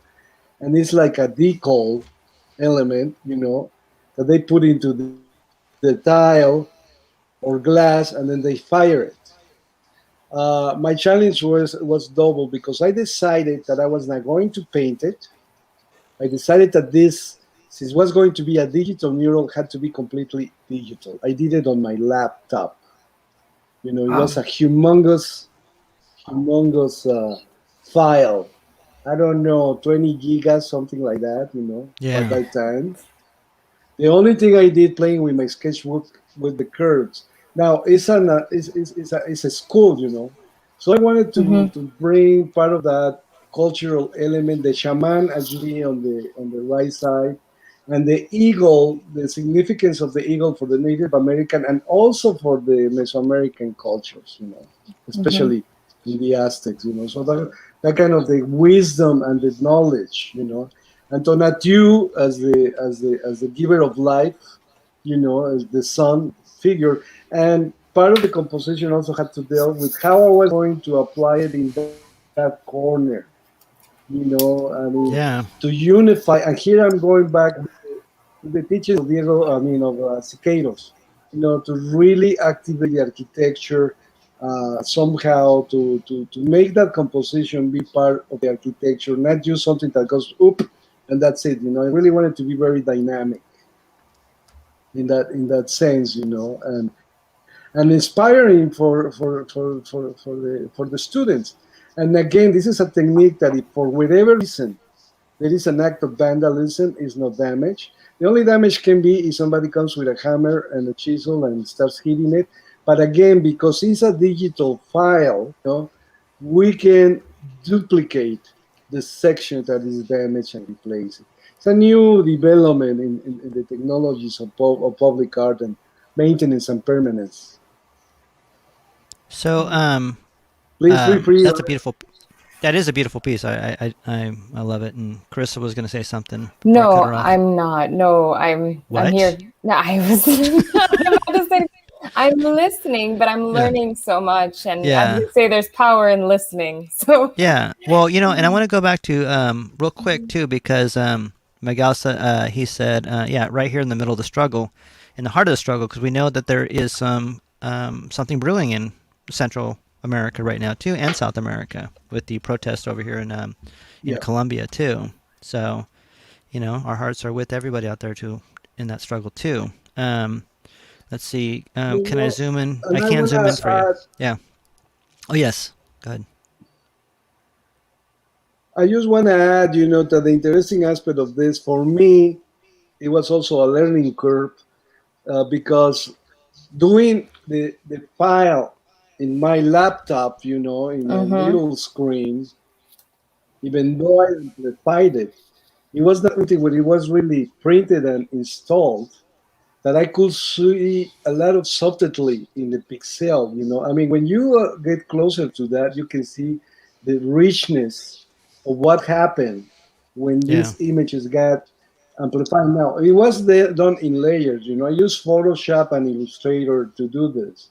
And also some techniques that I'm self-taught. It's interesting because in Chicago, I decided to study with the Renaissance mentality. I wanted to be a Renaissance artist. I wanted to have really control of my craftsmanship, my techniques. Really be a master of knowledge in that sense. And then when I did my master's in CalArts at California Institute of the Arts here in Southern California, that's when I started then opening up and started using it, technology. And at that time, I remember it was just the first Mac, the cube, the little cubes that we were using. And I started experimenting with that. So, it became an extension. And I'm sure that maestros y queiros will be going nuts. The three of them, we were really going crazy using the technology now, to continue with their artwork. Yeah, it's a beautiful piece. It's funny because John Michael says an NFT just waiting to be minted for Jose, and that's what I was thinking about the pictures that you had that were all with your artwork that's already gone, so there is we'll talk about it later because it's a long discussion about those pieces that because those pieces now can be converted into a different form, which would be a thing that you could do too, to make those an original pieces now. So but we'll get into that later on. You want me to read that? Yeah. Well, look, I can read Spanish, but I'll probably and I'm dyslexic, so I have a double issue. So yes, Carissa knows me. So so Miguel is saying absolutamente maestría viviente, and I just have to say as I'm seeing this, I think something that also strikes me, Jose, is that you're not afraid to take on new and innovative or different forms of art forms. I think there are these purists who think like this is art and this is how you do it. And you're like, no, there's the fact that you're using, graphic design and doing this, I don't want to compare you to other artists, but, to me, it would be like, oh, how do you tie in technology? How does this work within this field? Again, it's going back to this idea of like, you talk about being a Renaissance artist, but you also talk about using Byzantine, mosaic tools. And yet you're not afraid to evolve, to find out what else is there, to, really express yourself in all these different art forms. And that's really standing out to me as this is exactly the spirit that it takes, right, to move forward. And it surprises me, actually. Unfortunately, it surprises me that artists continue to absorb new forms of art, new forms of media, and express themselves differently, that you can continue to evolve in your art. But I wonder, what has that been for you? Are there lines you don't cross? Like, No. On the contrary, I have to tell you what the pandemic did to me.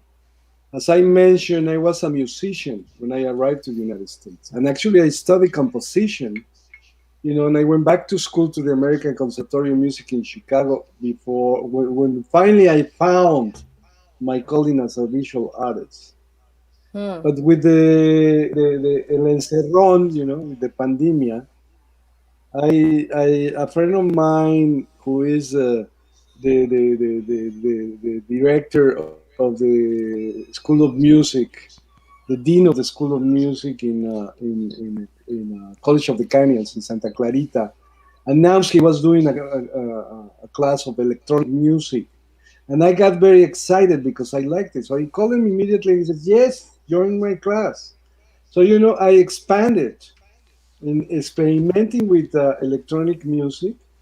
And I did already a couple of experiments with video, which the idea is that how I can now bring that into my public art. Yeah. And I think the first opportunity I'm going to have is to present something, an installation, at the first triennial of art in Tijuana, at the Secut, at the Cultural Center in October, which I want to integrate different ideas, from the digital to the sculptural to the again, the electronic music. I don't know, I have a sketch for it, but it would be very interesting to see what happens.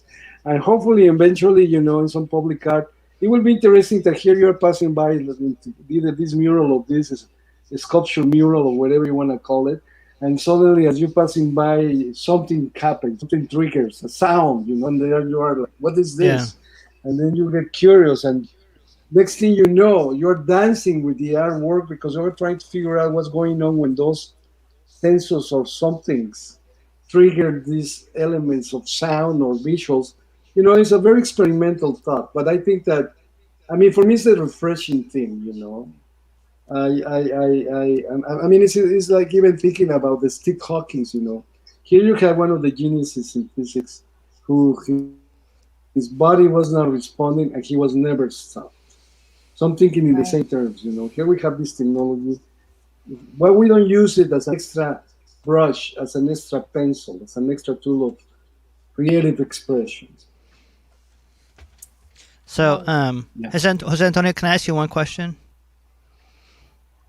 Sure. Would you come back for a second part 2? Please, yes. We would love to have you back because there's so much. I'm sure that Carissa's going to be like, I need to ask him about this too, And I'm basically like, what's your email address? But there's something that you said early on when you were talking about your first installation with the massacre in Mexico City. The massacre in Tlatelolco. I'm butchering it. I'm so sorry. I blame it on the bourbon.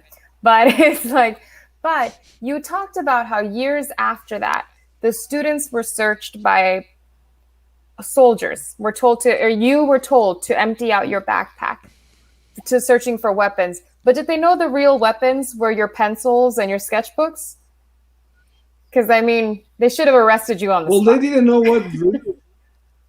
No. I think that the problem was that they didn't realize where the real weapon was. The real two weapons were at. Yeah. In my mind and in my heart, my soul. So they missed it completely, And I'm still here. Yeah. I'm still here. Yeah. So Raquel says, I think, it was really a challenge. I think there were the little subtle moments where that are forming you to be who you're gonna be, and I didn't know that. It has taken me practically sort of like a lifetime, several years to realize that, and realize why I ended up in the United States without intending it, because I was telling you that before. I'm a migrant who didn't come to this country because of a need.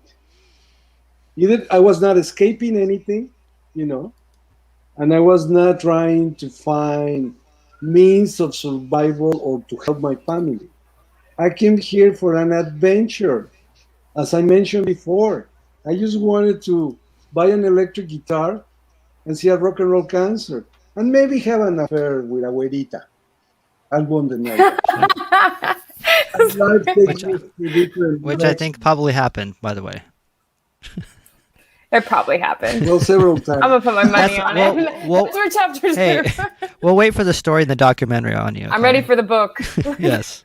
I'll bring up another piece too because we'll talk about it after the show. No, I want to bring this up too because this is one of my, I like this one a lot too. But some more of your artwork. And everybody, thank you for coming out to Cali Cocktail Hour. We're here every Friday at 9:00. No sponsors, no nothing, just our love for you. So it's a community that we built, and let's keep going. And here's another piece.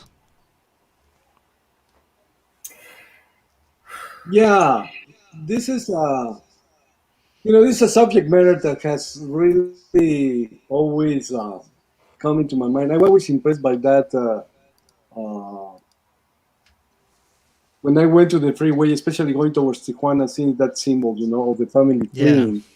And this one actually is a result of what's going on with Trump.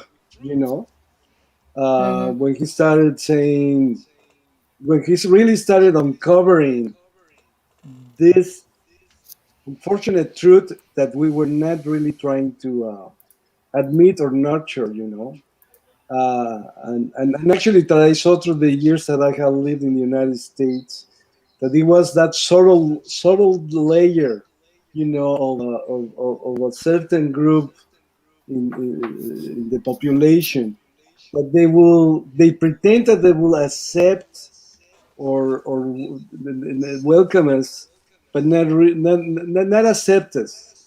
They were pretending that they could live with us. So when we got this situation with the Trump politics, I started thinking, we're the target.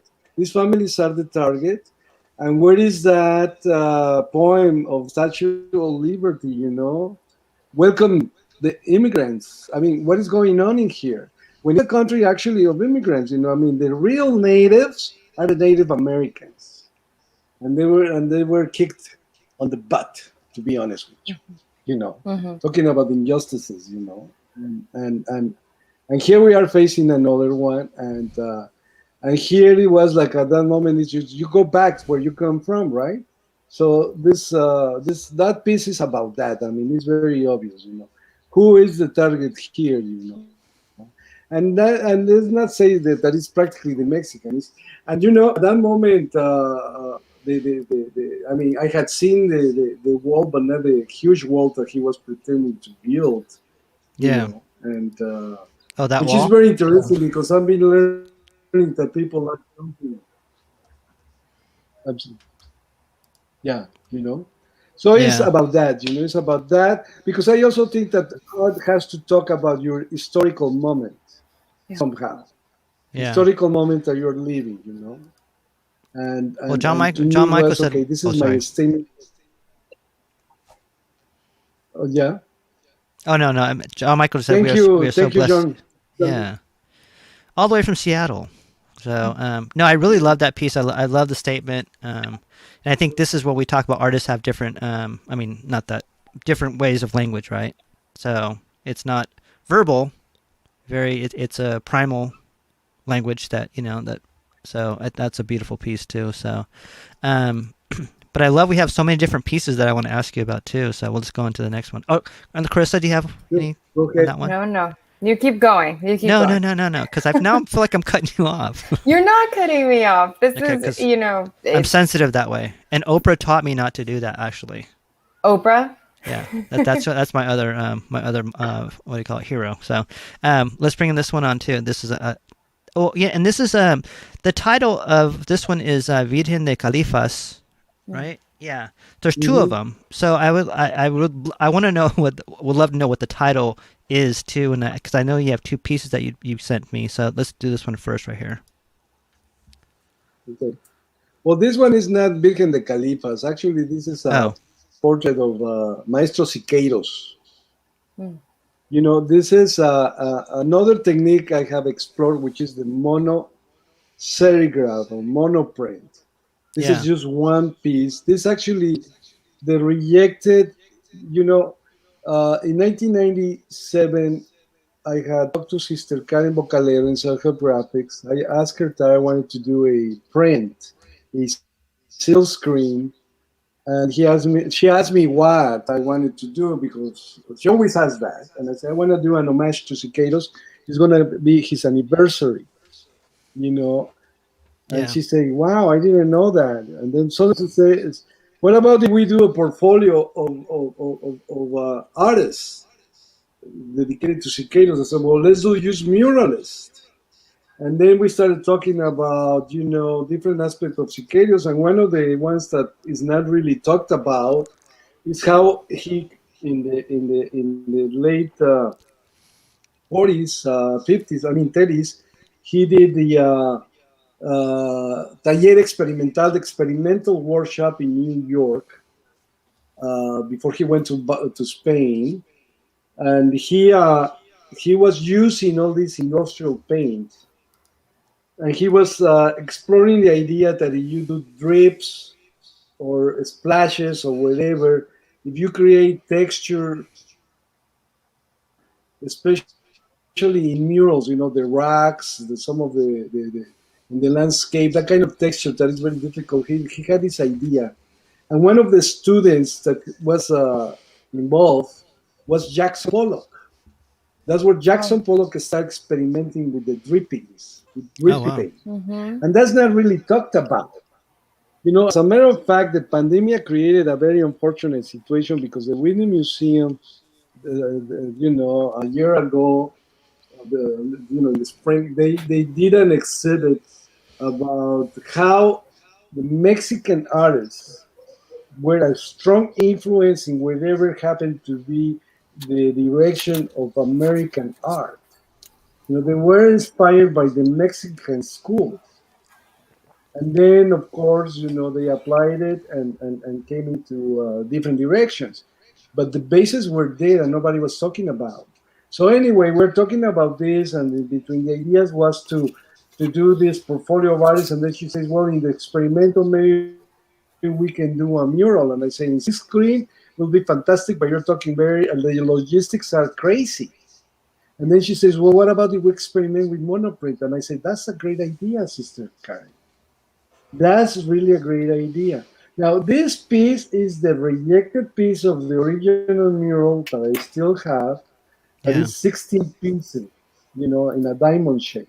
Wow. Oh, Because wow. this one, as you can see, the red goes into his eye. So Oh, there yeah. was a little, Yeah. registration that was a mistake, but it was not a mistake because then I rescued it as a different piece. So those rejected pieces, I invented them as another variations. So that's what is called Ode to Cicados #2.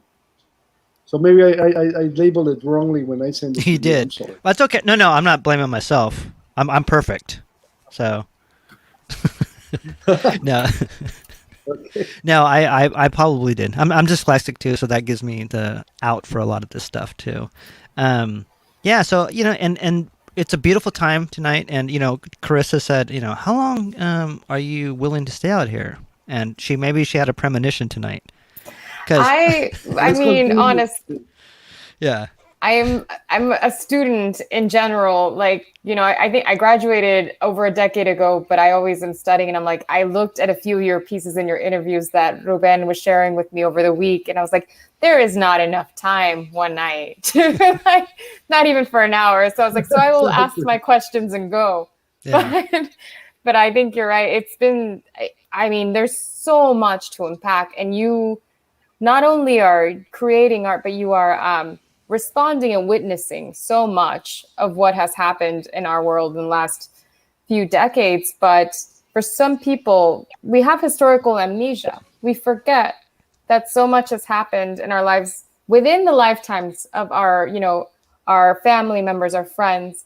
And I really appreciate how you are bringing to us or sharing with us what you have seen and how you've experienced life. And so it's almost like you took a time capsule and you're bringing it to us. And I feel like, when you were talking about the artist who doesn't quite see the world does not see their value until much later in life, sometimes the artist as a prophet, the artist as, bringing truths that maybe we're not prepared to handle or to understand. And it is just such an honor to share this space, but also so inspiring to hear how maybe we are not painters or musicians, or we may not be sculptors or designers, but we do carry something of that spirit within us. What is our medium for art, and how are we expressing and representing our communities in the work that we do? And so I'm very much walking away with this feeling so enlightened, but also so excited and so validated in the fact that like our role here is to connect and to bring awareness and to raise the profile and to bring a voice to the voiceless, or bring an image to the invisible. And I just, thank you so much for your time.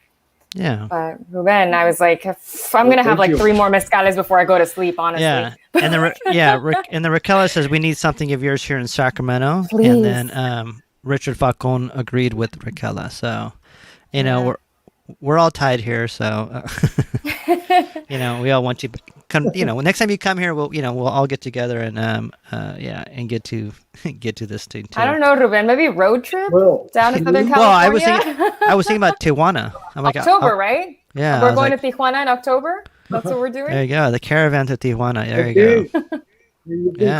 All right. To the Bienal, I think that will be great. I think the opening is on October 9th. October 9th. Let me put it on my calendar, but I'll be there. Yeah, we'll be there. Miguel said thank you. And so I think this is the one. Well, I'm not going to say that, but what is the title of this one? That one I love. That one is Virgen de Califas. There it is. 4. I have done a series, actually, I have an exhibit that is called The Virgin of Califas, La Virgen de Califas, which is very interesting because a lot of people makes a connection with Catholicism and it doesn't have anything to do. As far as I know, there is not such a virgin from Califas, Yeah. But I was trying to challenge the connotation of virginity into the Latino perception, especially if you come from a macho Catholic, background. It was in that sense. So I started exploring this several years from sketches, this concept of La Virgen, Dolorosa, the Calaca Virgen, etc. But these ones from Califas are specifically called Califas because I produced them here in California, in that period of time. But actually it was interesting. They were, explored in 1992, and I didn't like some of them. And I revised them. This is one of the ones that I revised years later, because I also think that it's fair that you can go back to old work, and if you are not satisfied, some other artists, what they will do, they will destroy it. But then I started thinking, well, there are things that I don't like, but there are things that I like.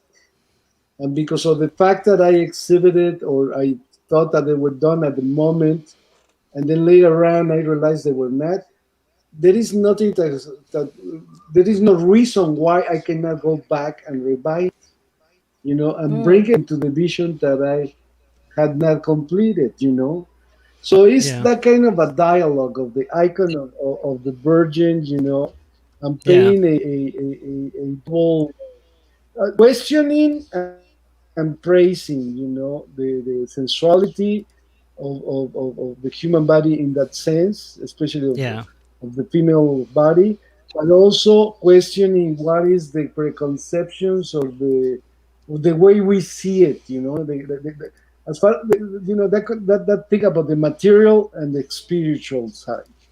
That was the purpose. Yeah, and I do have often questions about the Virgen Guadalupe myself, because I'm like, why is she darker in some pictures? Why is she lighter in some pictures? Why is she, it's a very, because I have one I took one in Sestucacan in Zacatecas, right? And so, being a Chicano, right, or, and being from here and then listen to stories from there, and it gets confusing sometimes, So I love the fact that you're kind of deconstructing it and making it different for us to think about in a different way too. Because I do, get confused sometimes about what is the imagery, why is, I look into different things, but I still get a little bit confused, to be honest with that too. Yeah, there were like two things that came through. Oh. Okay, please, Carissa. No, but there were like two things. I'm always skeptical when a man paints a woman. I'm not gonna lie. The first thing when I see that a man painted something called Virgin or something, I'm like, great. What am I bracing myself for?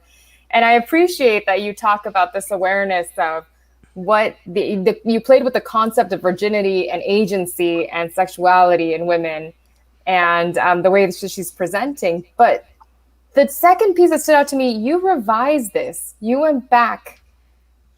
I didn't know that artists could do that, to be quite honest, that they could go back to their art and say, I wasn't done with it. That there's always something to do. I thought at some point an artist has to put their brush down and say it's done. So I'm so curious about that aspect of you saying, I don't have to be done with my art.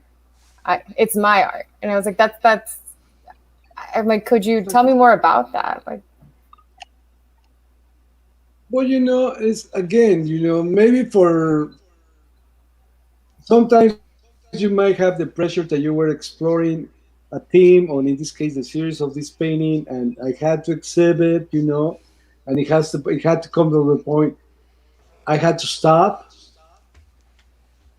and maybe compromise of the exhibition that they were done, and they probably went. They went into tour. The people saw it, but to me, what happened is, even that I was receiving complimentary or whatever,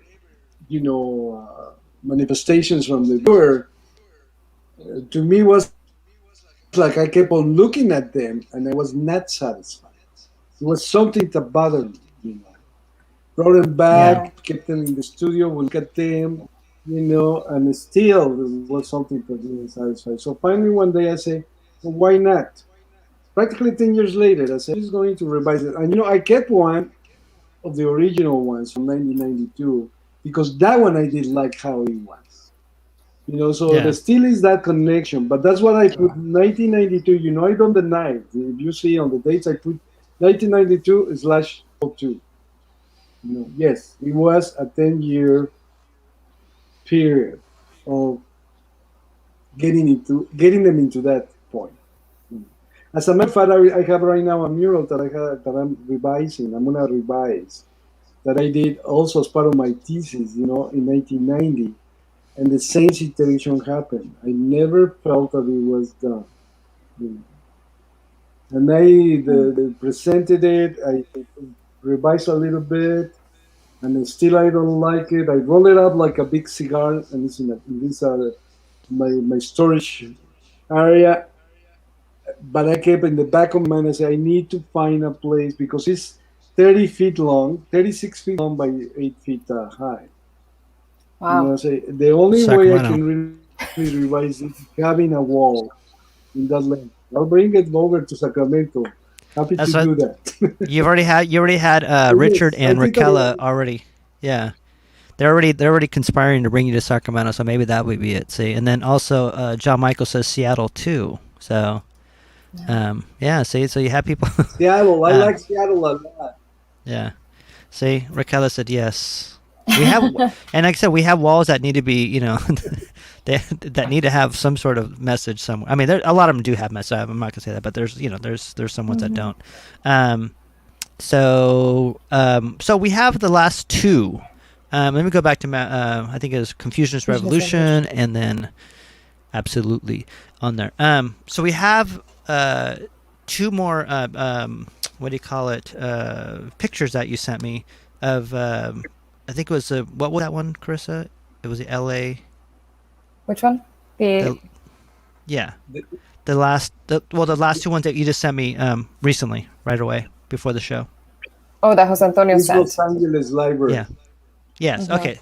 So yes. So everybody, thank you for coming out. And we have 2 more pictures that we're going to go over too, and we appreciate you, and we will hopefully have part 2 of this conversation and part 3 of this conversation and part 4, because I think Carissa's going to have a whole list of questions coming up, and no follow-ups, right?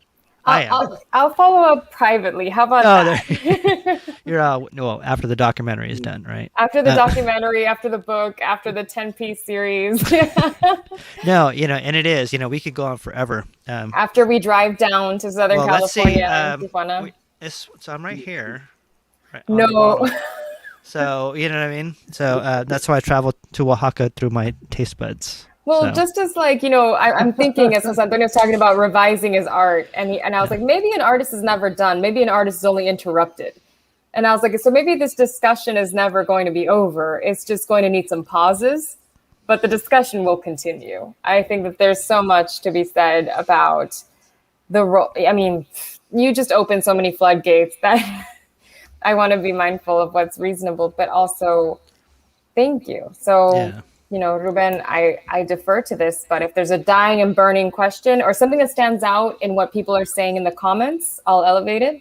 Oh, yes. Thanks, Richard. I know. I'm like, I appreciate that Richard's staying up late tonight. Way to go. He is.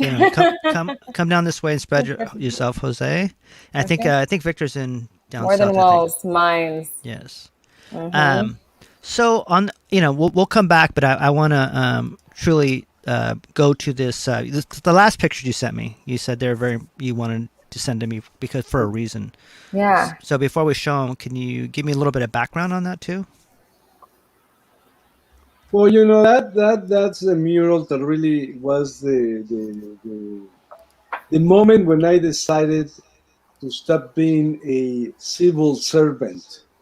I had been commissioned to do these murals at this Los Angeles library, and I was working in the Arts and Corrections program at Wasco State Prison. I was the director of the program, and I had negotiated and convinced in good faith the warden, my boss, the community resource manager, and the office of supervisor, Gloria Molina, that in order to make this very ambitious mural, because the budget was very minimum, and I wanted to cover what was practically 200 square feet of surface, that the only way to make that happen with that budget was involving the inmates, the prisoners in the execution or the making of the work.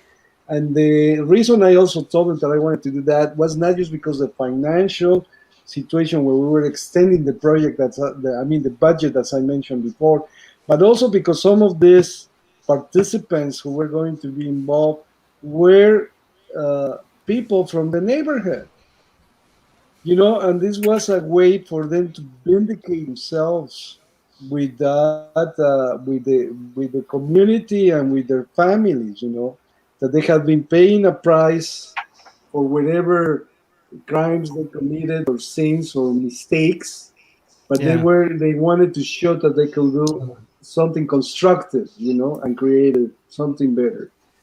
But that's when times started changing. The Arnold came into the picture as the governor. The warden got very disappointed. He was ready for retirement, and they brought a new warden, and they canceled the project.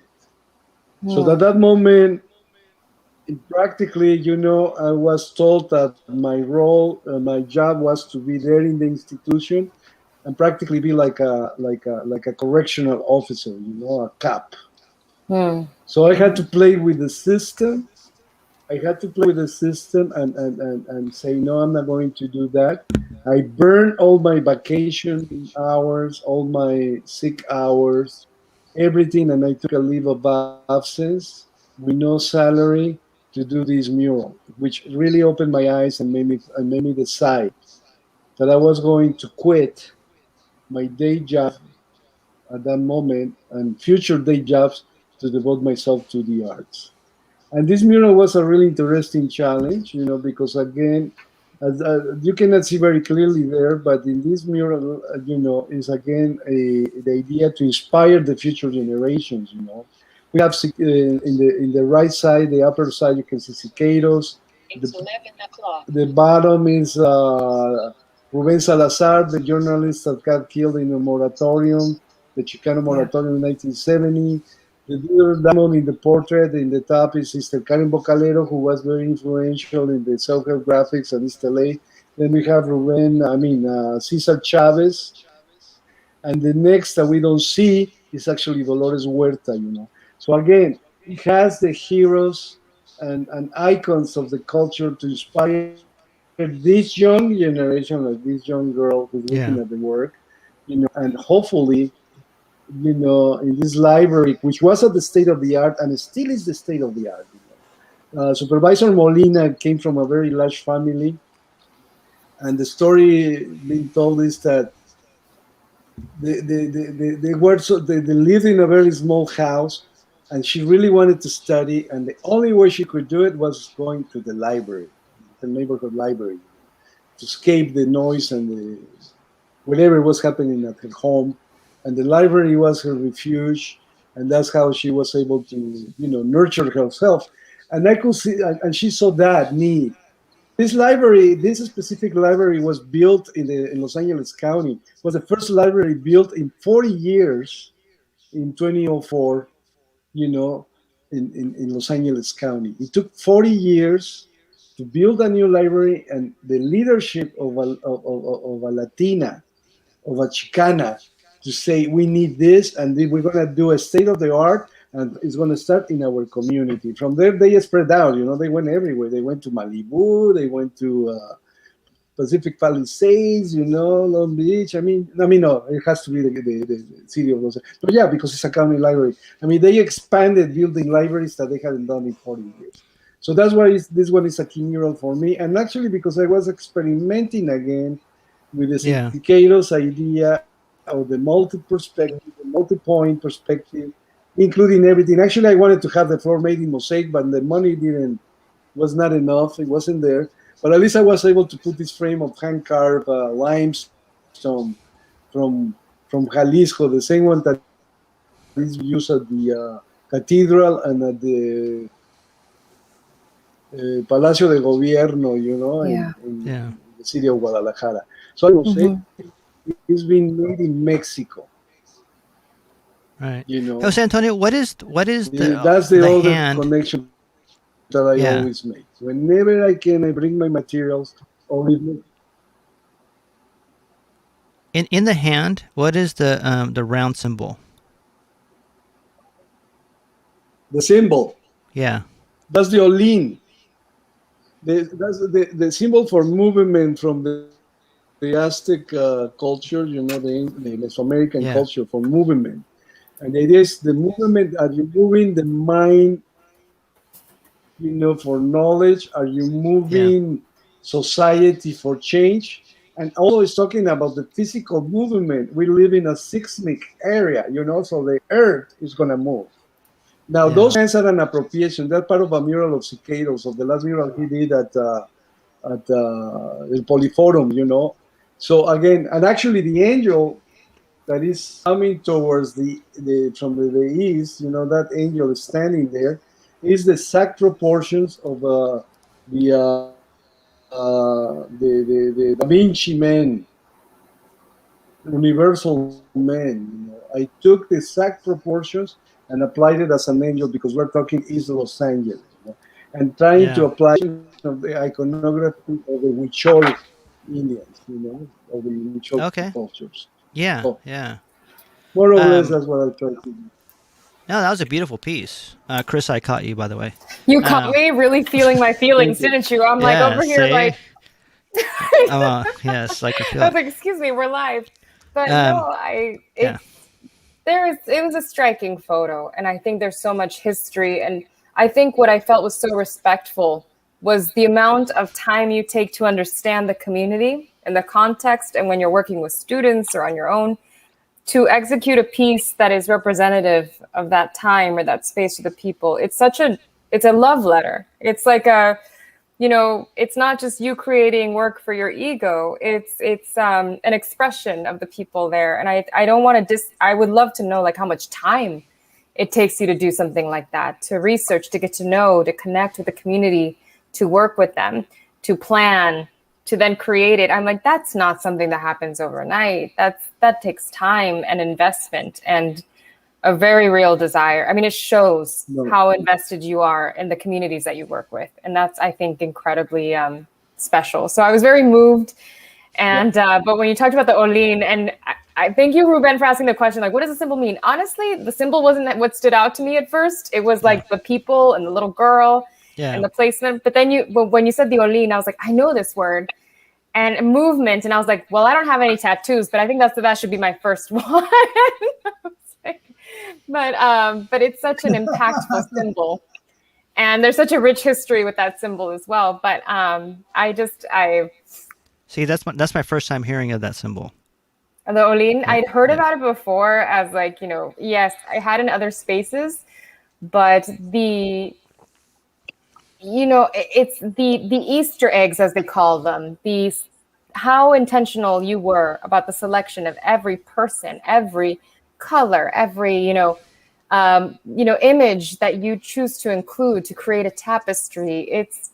It speaks, it's just beautiful to witness. It's like, it is how you weave together so many pieces to make this such an expression of a community. And it is very beautiful. So. And Miguel said to the point, Jose, please come to Sacramento. Sacra. Sorry. Yeah.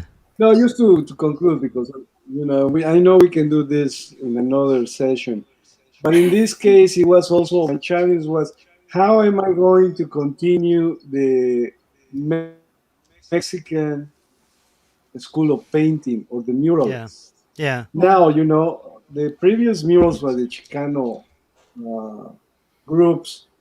They had Zapata, they had Morelos, Villa, the Mexican heroes. But to me, the challenge was like, okay, but what are they going to be? Who are the heroes for this younger generation? Yeah. And you don't see, I mean, this mural has a counterpart in the other side. And they have El Chuco, I have other people there.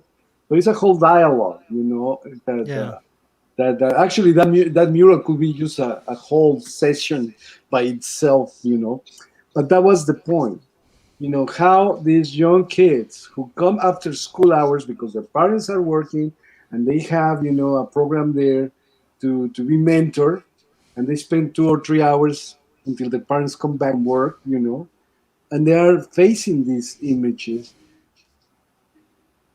Something has to touch them, and make them go and find the dreams. Yeah. Make the dreams come true. And again, as I mentioned before, it doesn't mean that I'm expecting everybody to be Siqueiros, Diego Rivera, or Frida Kahlo. No. To be sensible to the arts. Yeah. Brothers or sisters or whatever. And someone says, so beautiful. Do you have an opinion about the murals in Sacramento so far? You got to. That's another story. That's a controversy. But the curious thing, we talk about murals and have meanings right now, right? So during the protests, there were these people boarded up the city, right? And people came out and did a beautiful protest artwork, right?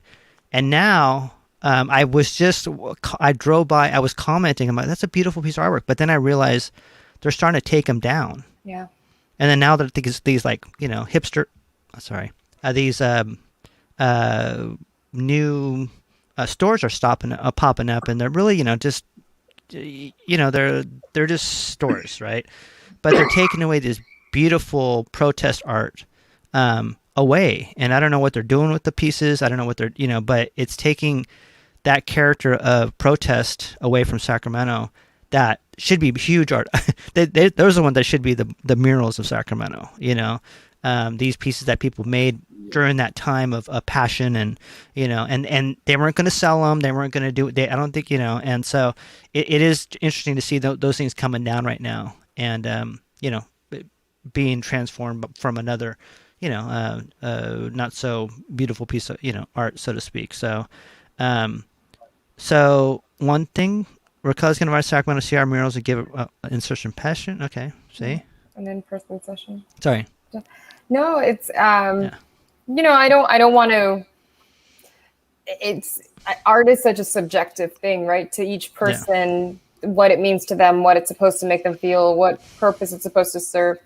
But what I appreciate about this community that you've created, Ruben, or some of us who are speaking here tonight, are sharing our time, and with Jose Antonio, is like, it's this idea that art is almost it's at the service of something greater than us. And perhaps not everyone sees it that way. And I can respect that.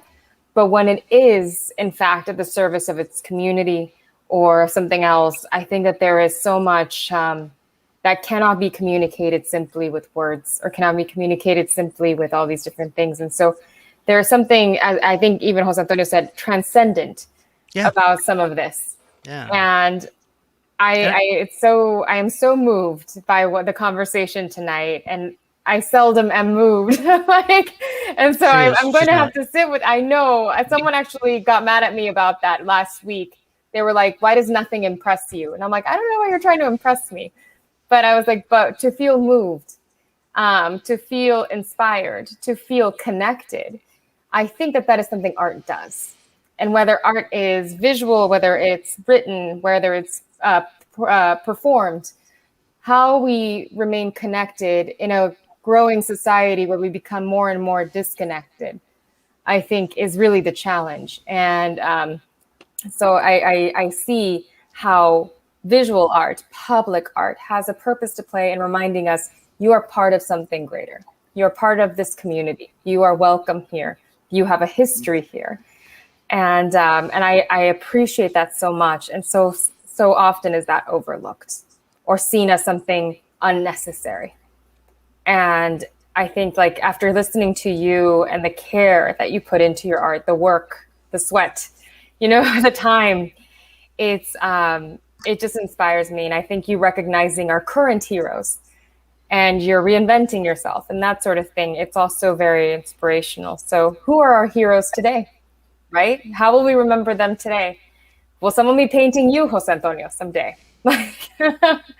So I'm very curious to hear. But Ruben, I don't have any burning questions at this moment. I have a lot of burning meditations and reflections. You're all yes.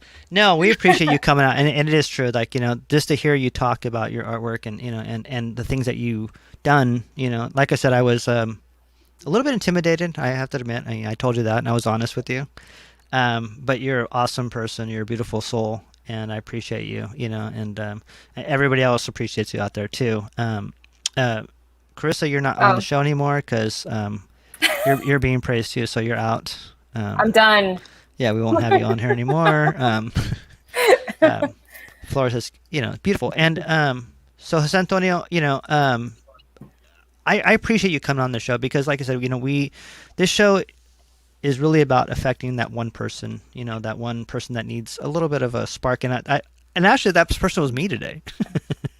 I got that spark just listening to you about, how it puts my mind at ease about what I think. And, when I do artwork, I just do it because I love it. I do it because I have to. And I tell people, well, when I did pieces, I go, my heroes of Mexico are the common people. And I don't mean common in any way, but I mean in a way of like the working people, when I'm in Sachila, I talk to everybody I can, and, I wish I could talk to more people, but I know that to me is the art, my mom, or all three of my moms that passed away, those are my heroes. Right. And I see my moms when I go to Mexico, right. I see my tias when I go to Mexico. So I have this, my heart is always taking in things when I see it, and and just understanding what you said about artwork, it really helps me too a lot. Like, it frees me of like, okay, cool. I don't have to do what everybody else does, and I don't have to sell all my artwork to be satisfied. And I know that it comes from my heart. So that's that. I thank you for that. Is what I guess what I'm trying to say.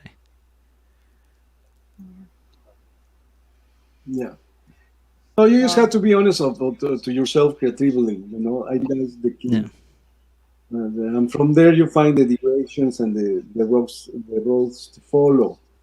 But again, having a connection with your fellow man, your fellow human being, is essential, in my Yeah. opinion. And I have to say that I'm very grateful for this invitation. It's been I really like this conversation, and I'm looking forward to continue that conversation for sure. It's part of my objective, to have this opportunity to share my thoughts and my artwork through this venue, and with other people is really what we are here for. To have my artwork sitting in my studio in a drawer doesn't mean anything. Or like I say, yes, Yeah. it can be sold to a collector, but unless you're invited or to whoever buys it, if you are not invited to their house or their office to Yeah. see it, there is just going to be a selective few who will appreciate or will enjoy it. And the idea is that it should be open to everybody, Yeah. And I want as to say most something. Oh, people go as ahead. is possible. Yeah. And I And want of to say course, I thank. would love to go to Oh, Sacramento. I have to oh, you're tell you, coming. for You've already years been I here, have so tried to get a commission in Sacramento, but that.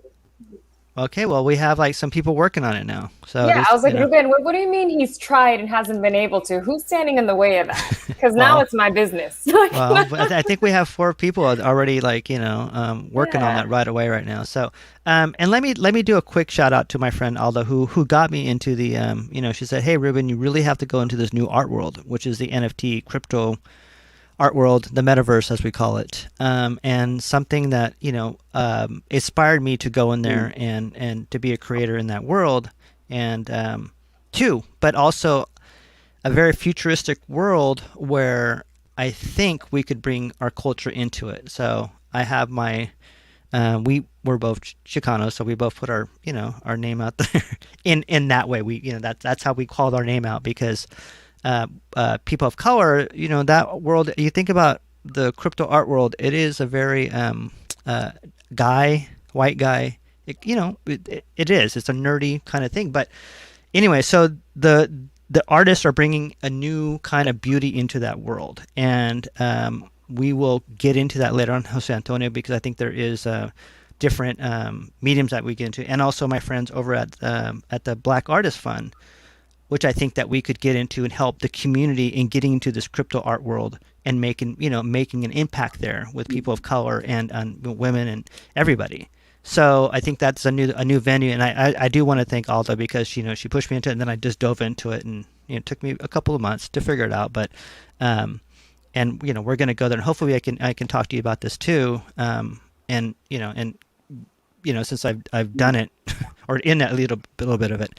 Like I said, that's a whole different discussion. So we'll go down to the comments real quick. Oh, Ruben is amazing too. See, finally, Yes, someone. you are, Ruben. No, I'm kidding. None of this could happen without you. Okay, Miguel says excellent timing and grateful for it too. Yeah, so a great show. Thank you. And let's see, so much weather, living history. Yes, and history. I like that. You're bringing history, because I want to say, as a Chicano growing up, I had to throw away my Mexicanness to fit into this world, right? To fit into this, just to assimilate.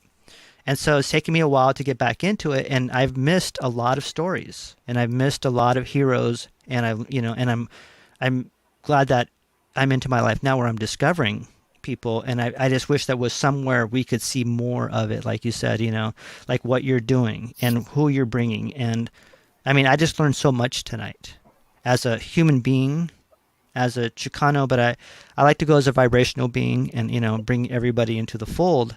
But I've learned so much, and thank you, Jose Antonio, and thank you, Carissa, too, because you asked questions that I was like, okay, cool. I was sipping my mezcal. I'm like, I'm gonna sit back and talk. But Jose Antonio, we really appreciate you, and this isn't a big show. We don't have sponsors. We don't have anything. We're just people of love, and we want to give out the mucho amor as we do, and show people that like we are as Mexicans, right, we're the same, in the core of everything, right? In the core of the universe, we're all the same, no matter what color, no matter what nationality. We all have, we're all interdependent with each other. So I appreciate this conversation because it does bring a lot of happiness to me, and I'm sure with all the comments here too, with everybody out there. So I appreciate that. Thank you for all the great conversation. I'll let you read these because, well, Carissa. Oh, okay. You want me to? Yeah. Yes, we are. Si se puede. Go, Richard. Yeah. And everyone who's commenting tonight, Jose Antonio, they're actually artists and playwrights, and they're, digital artists. Like, these are individuals in our community that actually do create and make art. So it's really wonderful that they're here tonight. Yes, go Flora. Proud, very much so. And I know Flora too is also discovering her Mexican roots. It's just different. We're all different parts, right? I mean, how many? I talked to Jose Antonio today about, like, or before the pre-interview, that was our introduction, about how I'm searching for my indigenous roots, and he gave me more information than I thought to think about more stuff. And when I thought I almost I almost figured out, Jose Antonio was like, no, there's these other tribe, which probably is true. So, and Flora is, she's Chilean. So she, yeah. So, and we don't want to throw everybody into, right, the same box again that we did that before. So, but I will give you the floor to you, Jose Antonio. And I just want to say thank you from the bottom of my heart for coming here. Yeah, too. Thank you.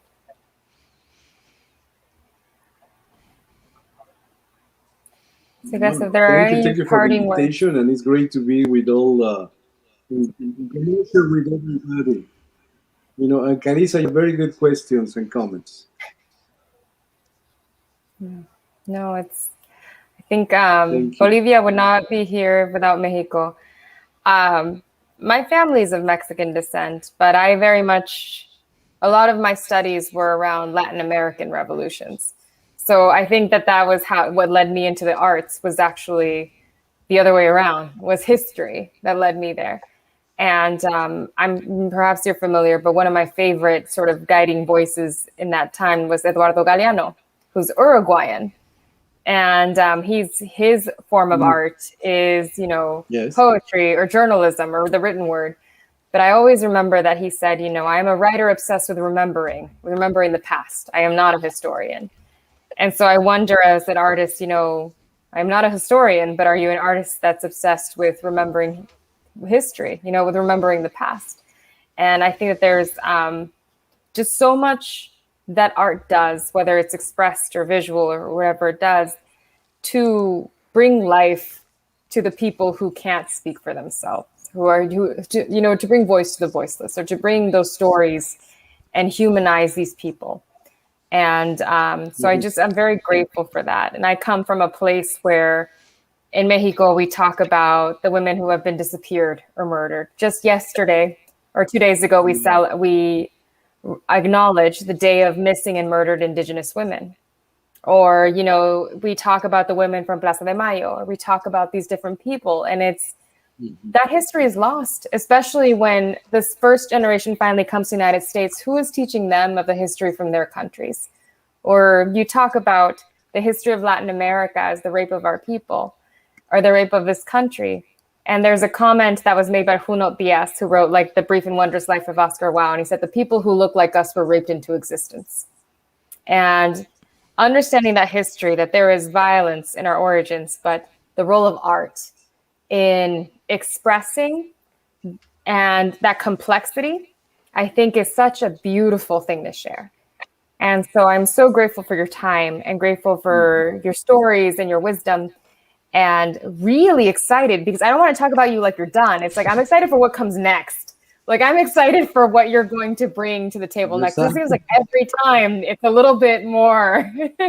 So I'm actually really excited and to see what you'll be bringing to the world and reminding us of. So I'm very excited for that. And Ruben, thank you so much for always creating a space where we can speak so honestly, where we can present as our authentic selves, where we can really explore connection and community. And so just forever grateful for that. Yeah. Yeah. And And we have another person, Joya, who's another art teacher at Sac City College, who's another awesome artist. And then I enjoy his work very much. I've been looking up while listening. You have a new fan. Thank you for being here. So you have a new fan, and yeah. So Carissa, you're so well spoken. That is my art form, is words. Yeah. So we're all artists in different ways. But no, Ruben and Jose Antonio, it's been a very real honor to share space and time with you today. So yeah. Well, Ruben, however you want to. Well, I was like Jose Antonio. No, I was just going to say this is the beginning of future conversations. Yes. We have more to explore, Yes. And this is thank you. I'm looking forward to continue with this. And Jose Antonio, we broke the record tonight, so I think the previous record was 2 hours and 20 minutes. We're at 2 hours and so perfect. It was predicted, it was very predicted tonight. So oh well, thank you. We did something, Carissa. Something new. Yes, and we appreciate everybody out there for coming out. Thank you for coming out. Cali Cocktail Hour. We'll be here next Friday. We'll see what it is because it is unscripted, and this is why, because we can go anywhere we want to, and we appreciate that. And Jose Antonio, you will be back, and we appreciate you coming out and being honest, and just being you. So and more, and say we have more and mas, we have yay. We have gracias, love you, and thank you. We got fans. Thank you again. Yeah, and like I said, and even Aquela, so I stayed up over 2 hours, 2.5 hours. So yeah, I'm just trying to stay 2 more minutes because I want to break that 2.5. That threshold. Oh my gosh, so competitive. So I would like to thank everybody. I'd like to thank my friend Oscar for bringing this mezcal, who is from Oaxaca. Yeah. So tomorrow I'll be good because it's pure. So it's nothing too bad. So no sugars, nothing added. And and honestly, this is good for my DNA. This is good for my, we talk about, my goal is to actually make friends with all of my parts of my DNA because we know we're the colonizer and the colonized, right?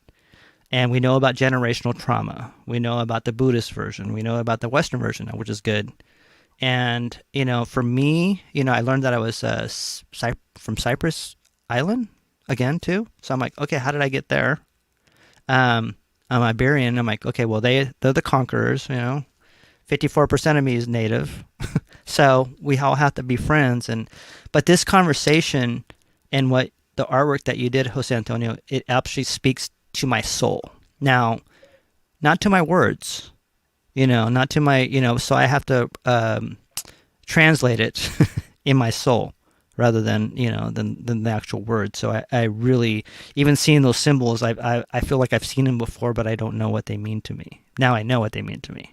Right? But Ruben, what I think is so interesting, and I couldn't help it, is when you're talking about your DNA breakdown, your genetic breakdown, I'm a little bit of this and a little bit of that. So are we not all just mosaics of different materials coming together to build a whole? I was like, now I'm feeling like, when you first told me, oh yeah, Jose Antonio Aguirre, he makes different forms of art, but mosaic is what we're going to talk about too. And I was like, oh, the idea of broken pieces coming together to form a whole. It's like, this concept is very core to my understanding of building something that is stronger and longer lasting. And so listening to us talk about, are we not all individual mosaics of the different people that have come to these lands and have, presented themselves over generations and experiences. So I love seeing the visual of the mosaic and being a living mosaic as a human being. So maybe I'm completely off base, but I was like, I'm going to carry that with me. So, so thank you, Jose Antonio. But I think you should start writing about it. I've been hearing you. You should start writing about these things. You have a vision. Maybe. You have a voice. See, I have Why too not? many. stronger, longer lasting. As I tried We are to liquid say. or yeah. Yeah. But See? still fluid, right? Because we are glass. I loved learning that many years ago, that glass is in fact a liquid. Yeah. And that's what you said in the video, right? So the more I drink mezcal, the more spiritual I get because it goes into my blood system, and it's Yeah. like it's a natural. It's it's the agave. Is what that's for Zacatecas. So yeah. But anyway, thank you very much. Now before we get Did we break it? Did we break it, Ruben? Or do we need to ask Did it. one more question? That's it. Well, one more question. Anything else to say before we just broke it. So we broke the record. So the record tonight. Everybody, thank you for coming out. And we appreciate it. Fragments of Frida. Yes. Oh, that's coming up. Oh, see, look, don't go, but we have to because we've been on there for 2.5 hours. But we appreciate everybody out there for coming. We'll see you next Friday. We don't know what's going to happen. But that's life, right? That's the I Ching. Last words for Carissa? I feel like I've said what I need to say, but just thank you. I see it as like we never have to we never quit. We just take a break, right? It will be a continuum. So, Jose Antonio, thank you very much. And everybody here appreciates you from all the comments that we have. And like I said, we'll just talk real quick afterwards, but if you need anybody to teach anybody this program, I'm here to volunteer my life away. So not my life away, buenas noches and gracias, love, and any last words for Jose Antonio? Well, I just have to say thank you so much. It was a pleasure and an honor. I'm really so happy of this. I would call it a happening. It also didn't have any idea. I say, oh, okay, I'm going to talk about my art and this is it. But it's been a great conversation and dialogue, and having this window of opportunity to say something about my art is something that is very close to my heart. Thank you. Well, I love, we looked at your artwork too, and when we first talked, I said this is about you as a person first, right? And then, not secondary as our artwork, but we've learned so much about you and your art that I think that it's a very beautiful experience knowing about you and how you think and everything. It was just a wonderful experience. So, take me down. All right. Well, everybody, good night, and thank you for coming. We have broken the record at 11:32. I wanted to wait for that 32 because I think the other one was 30. So, but we'll be back next Friday. Everybody, thank you for coming to Cocktail Hour. We love you, and if that's the only thing you're here for is to hear someone say we love you because we love you. Oh, hold on. No, Richard, not bourbon too. Only because I ran out of mezcal. That's really the only reason I'm drinking bourbon tonight. Yeah. See, mezcal is the agave is the blood of right here. So it goes through our system. Nopales, anything agave. So yeah. See. Chicha. All right. Next time. Yeah. So everybody, thank you very much. Both of you, don't leave just for a second. It's the drink of the gods. Mezcal is. Yes. Is it? Okay, hold on. Before I do that, this is my last one. This is made from my artist friend in Oaxaca too. So it's all art. I'm drinking art. I went to the palenques and making mezcal is an art form in itself. So it is. Actually, we've had mezcaleros on here before. It is an art form. Yeah, it's a blood. It's a family. It's a spirit. So, anyways, good night, everybody. Adios, and we will see you next Friday. And just don't leave quite yet. You too. Okay. I won't. No, I know. Buenas noches. Oh, mucho amor, right?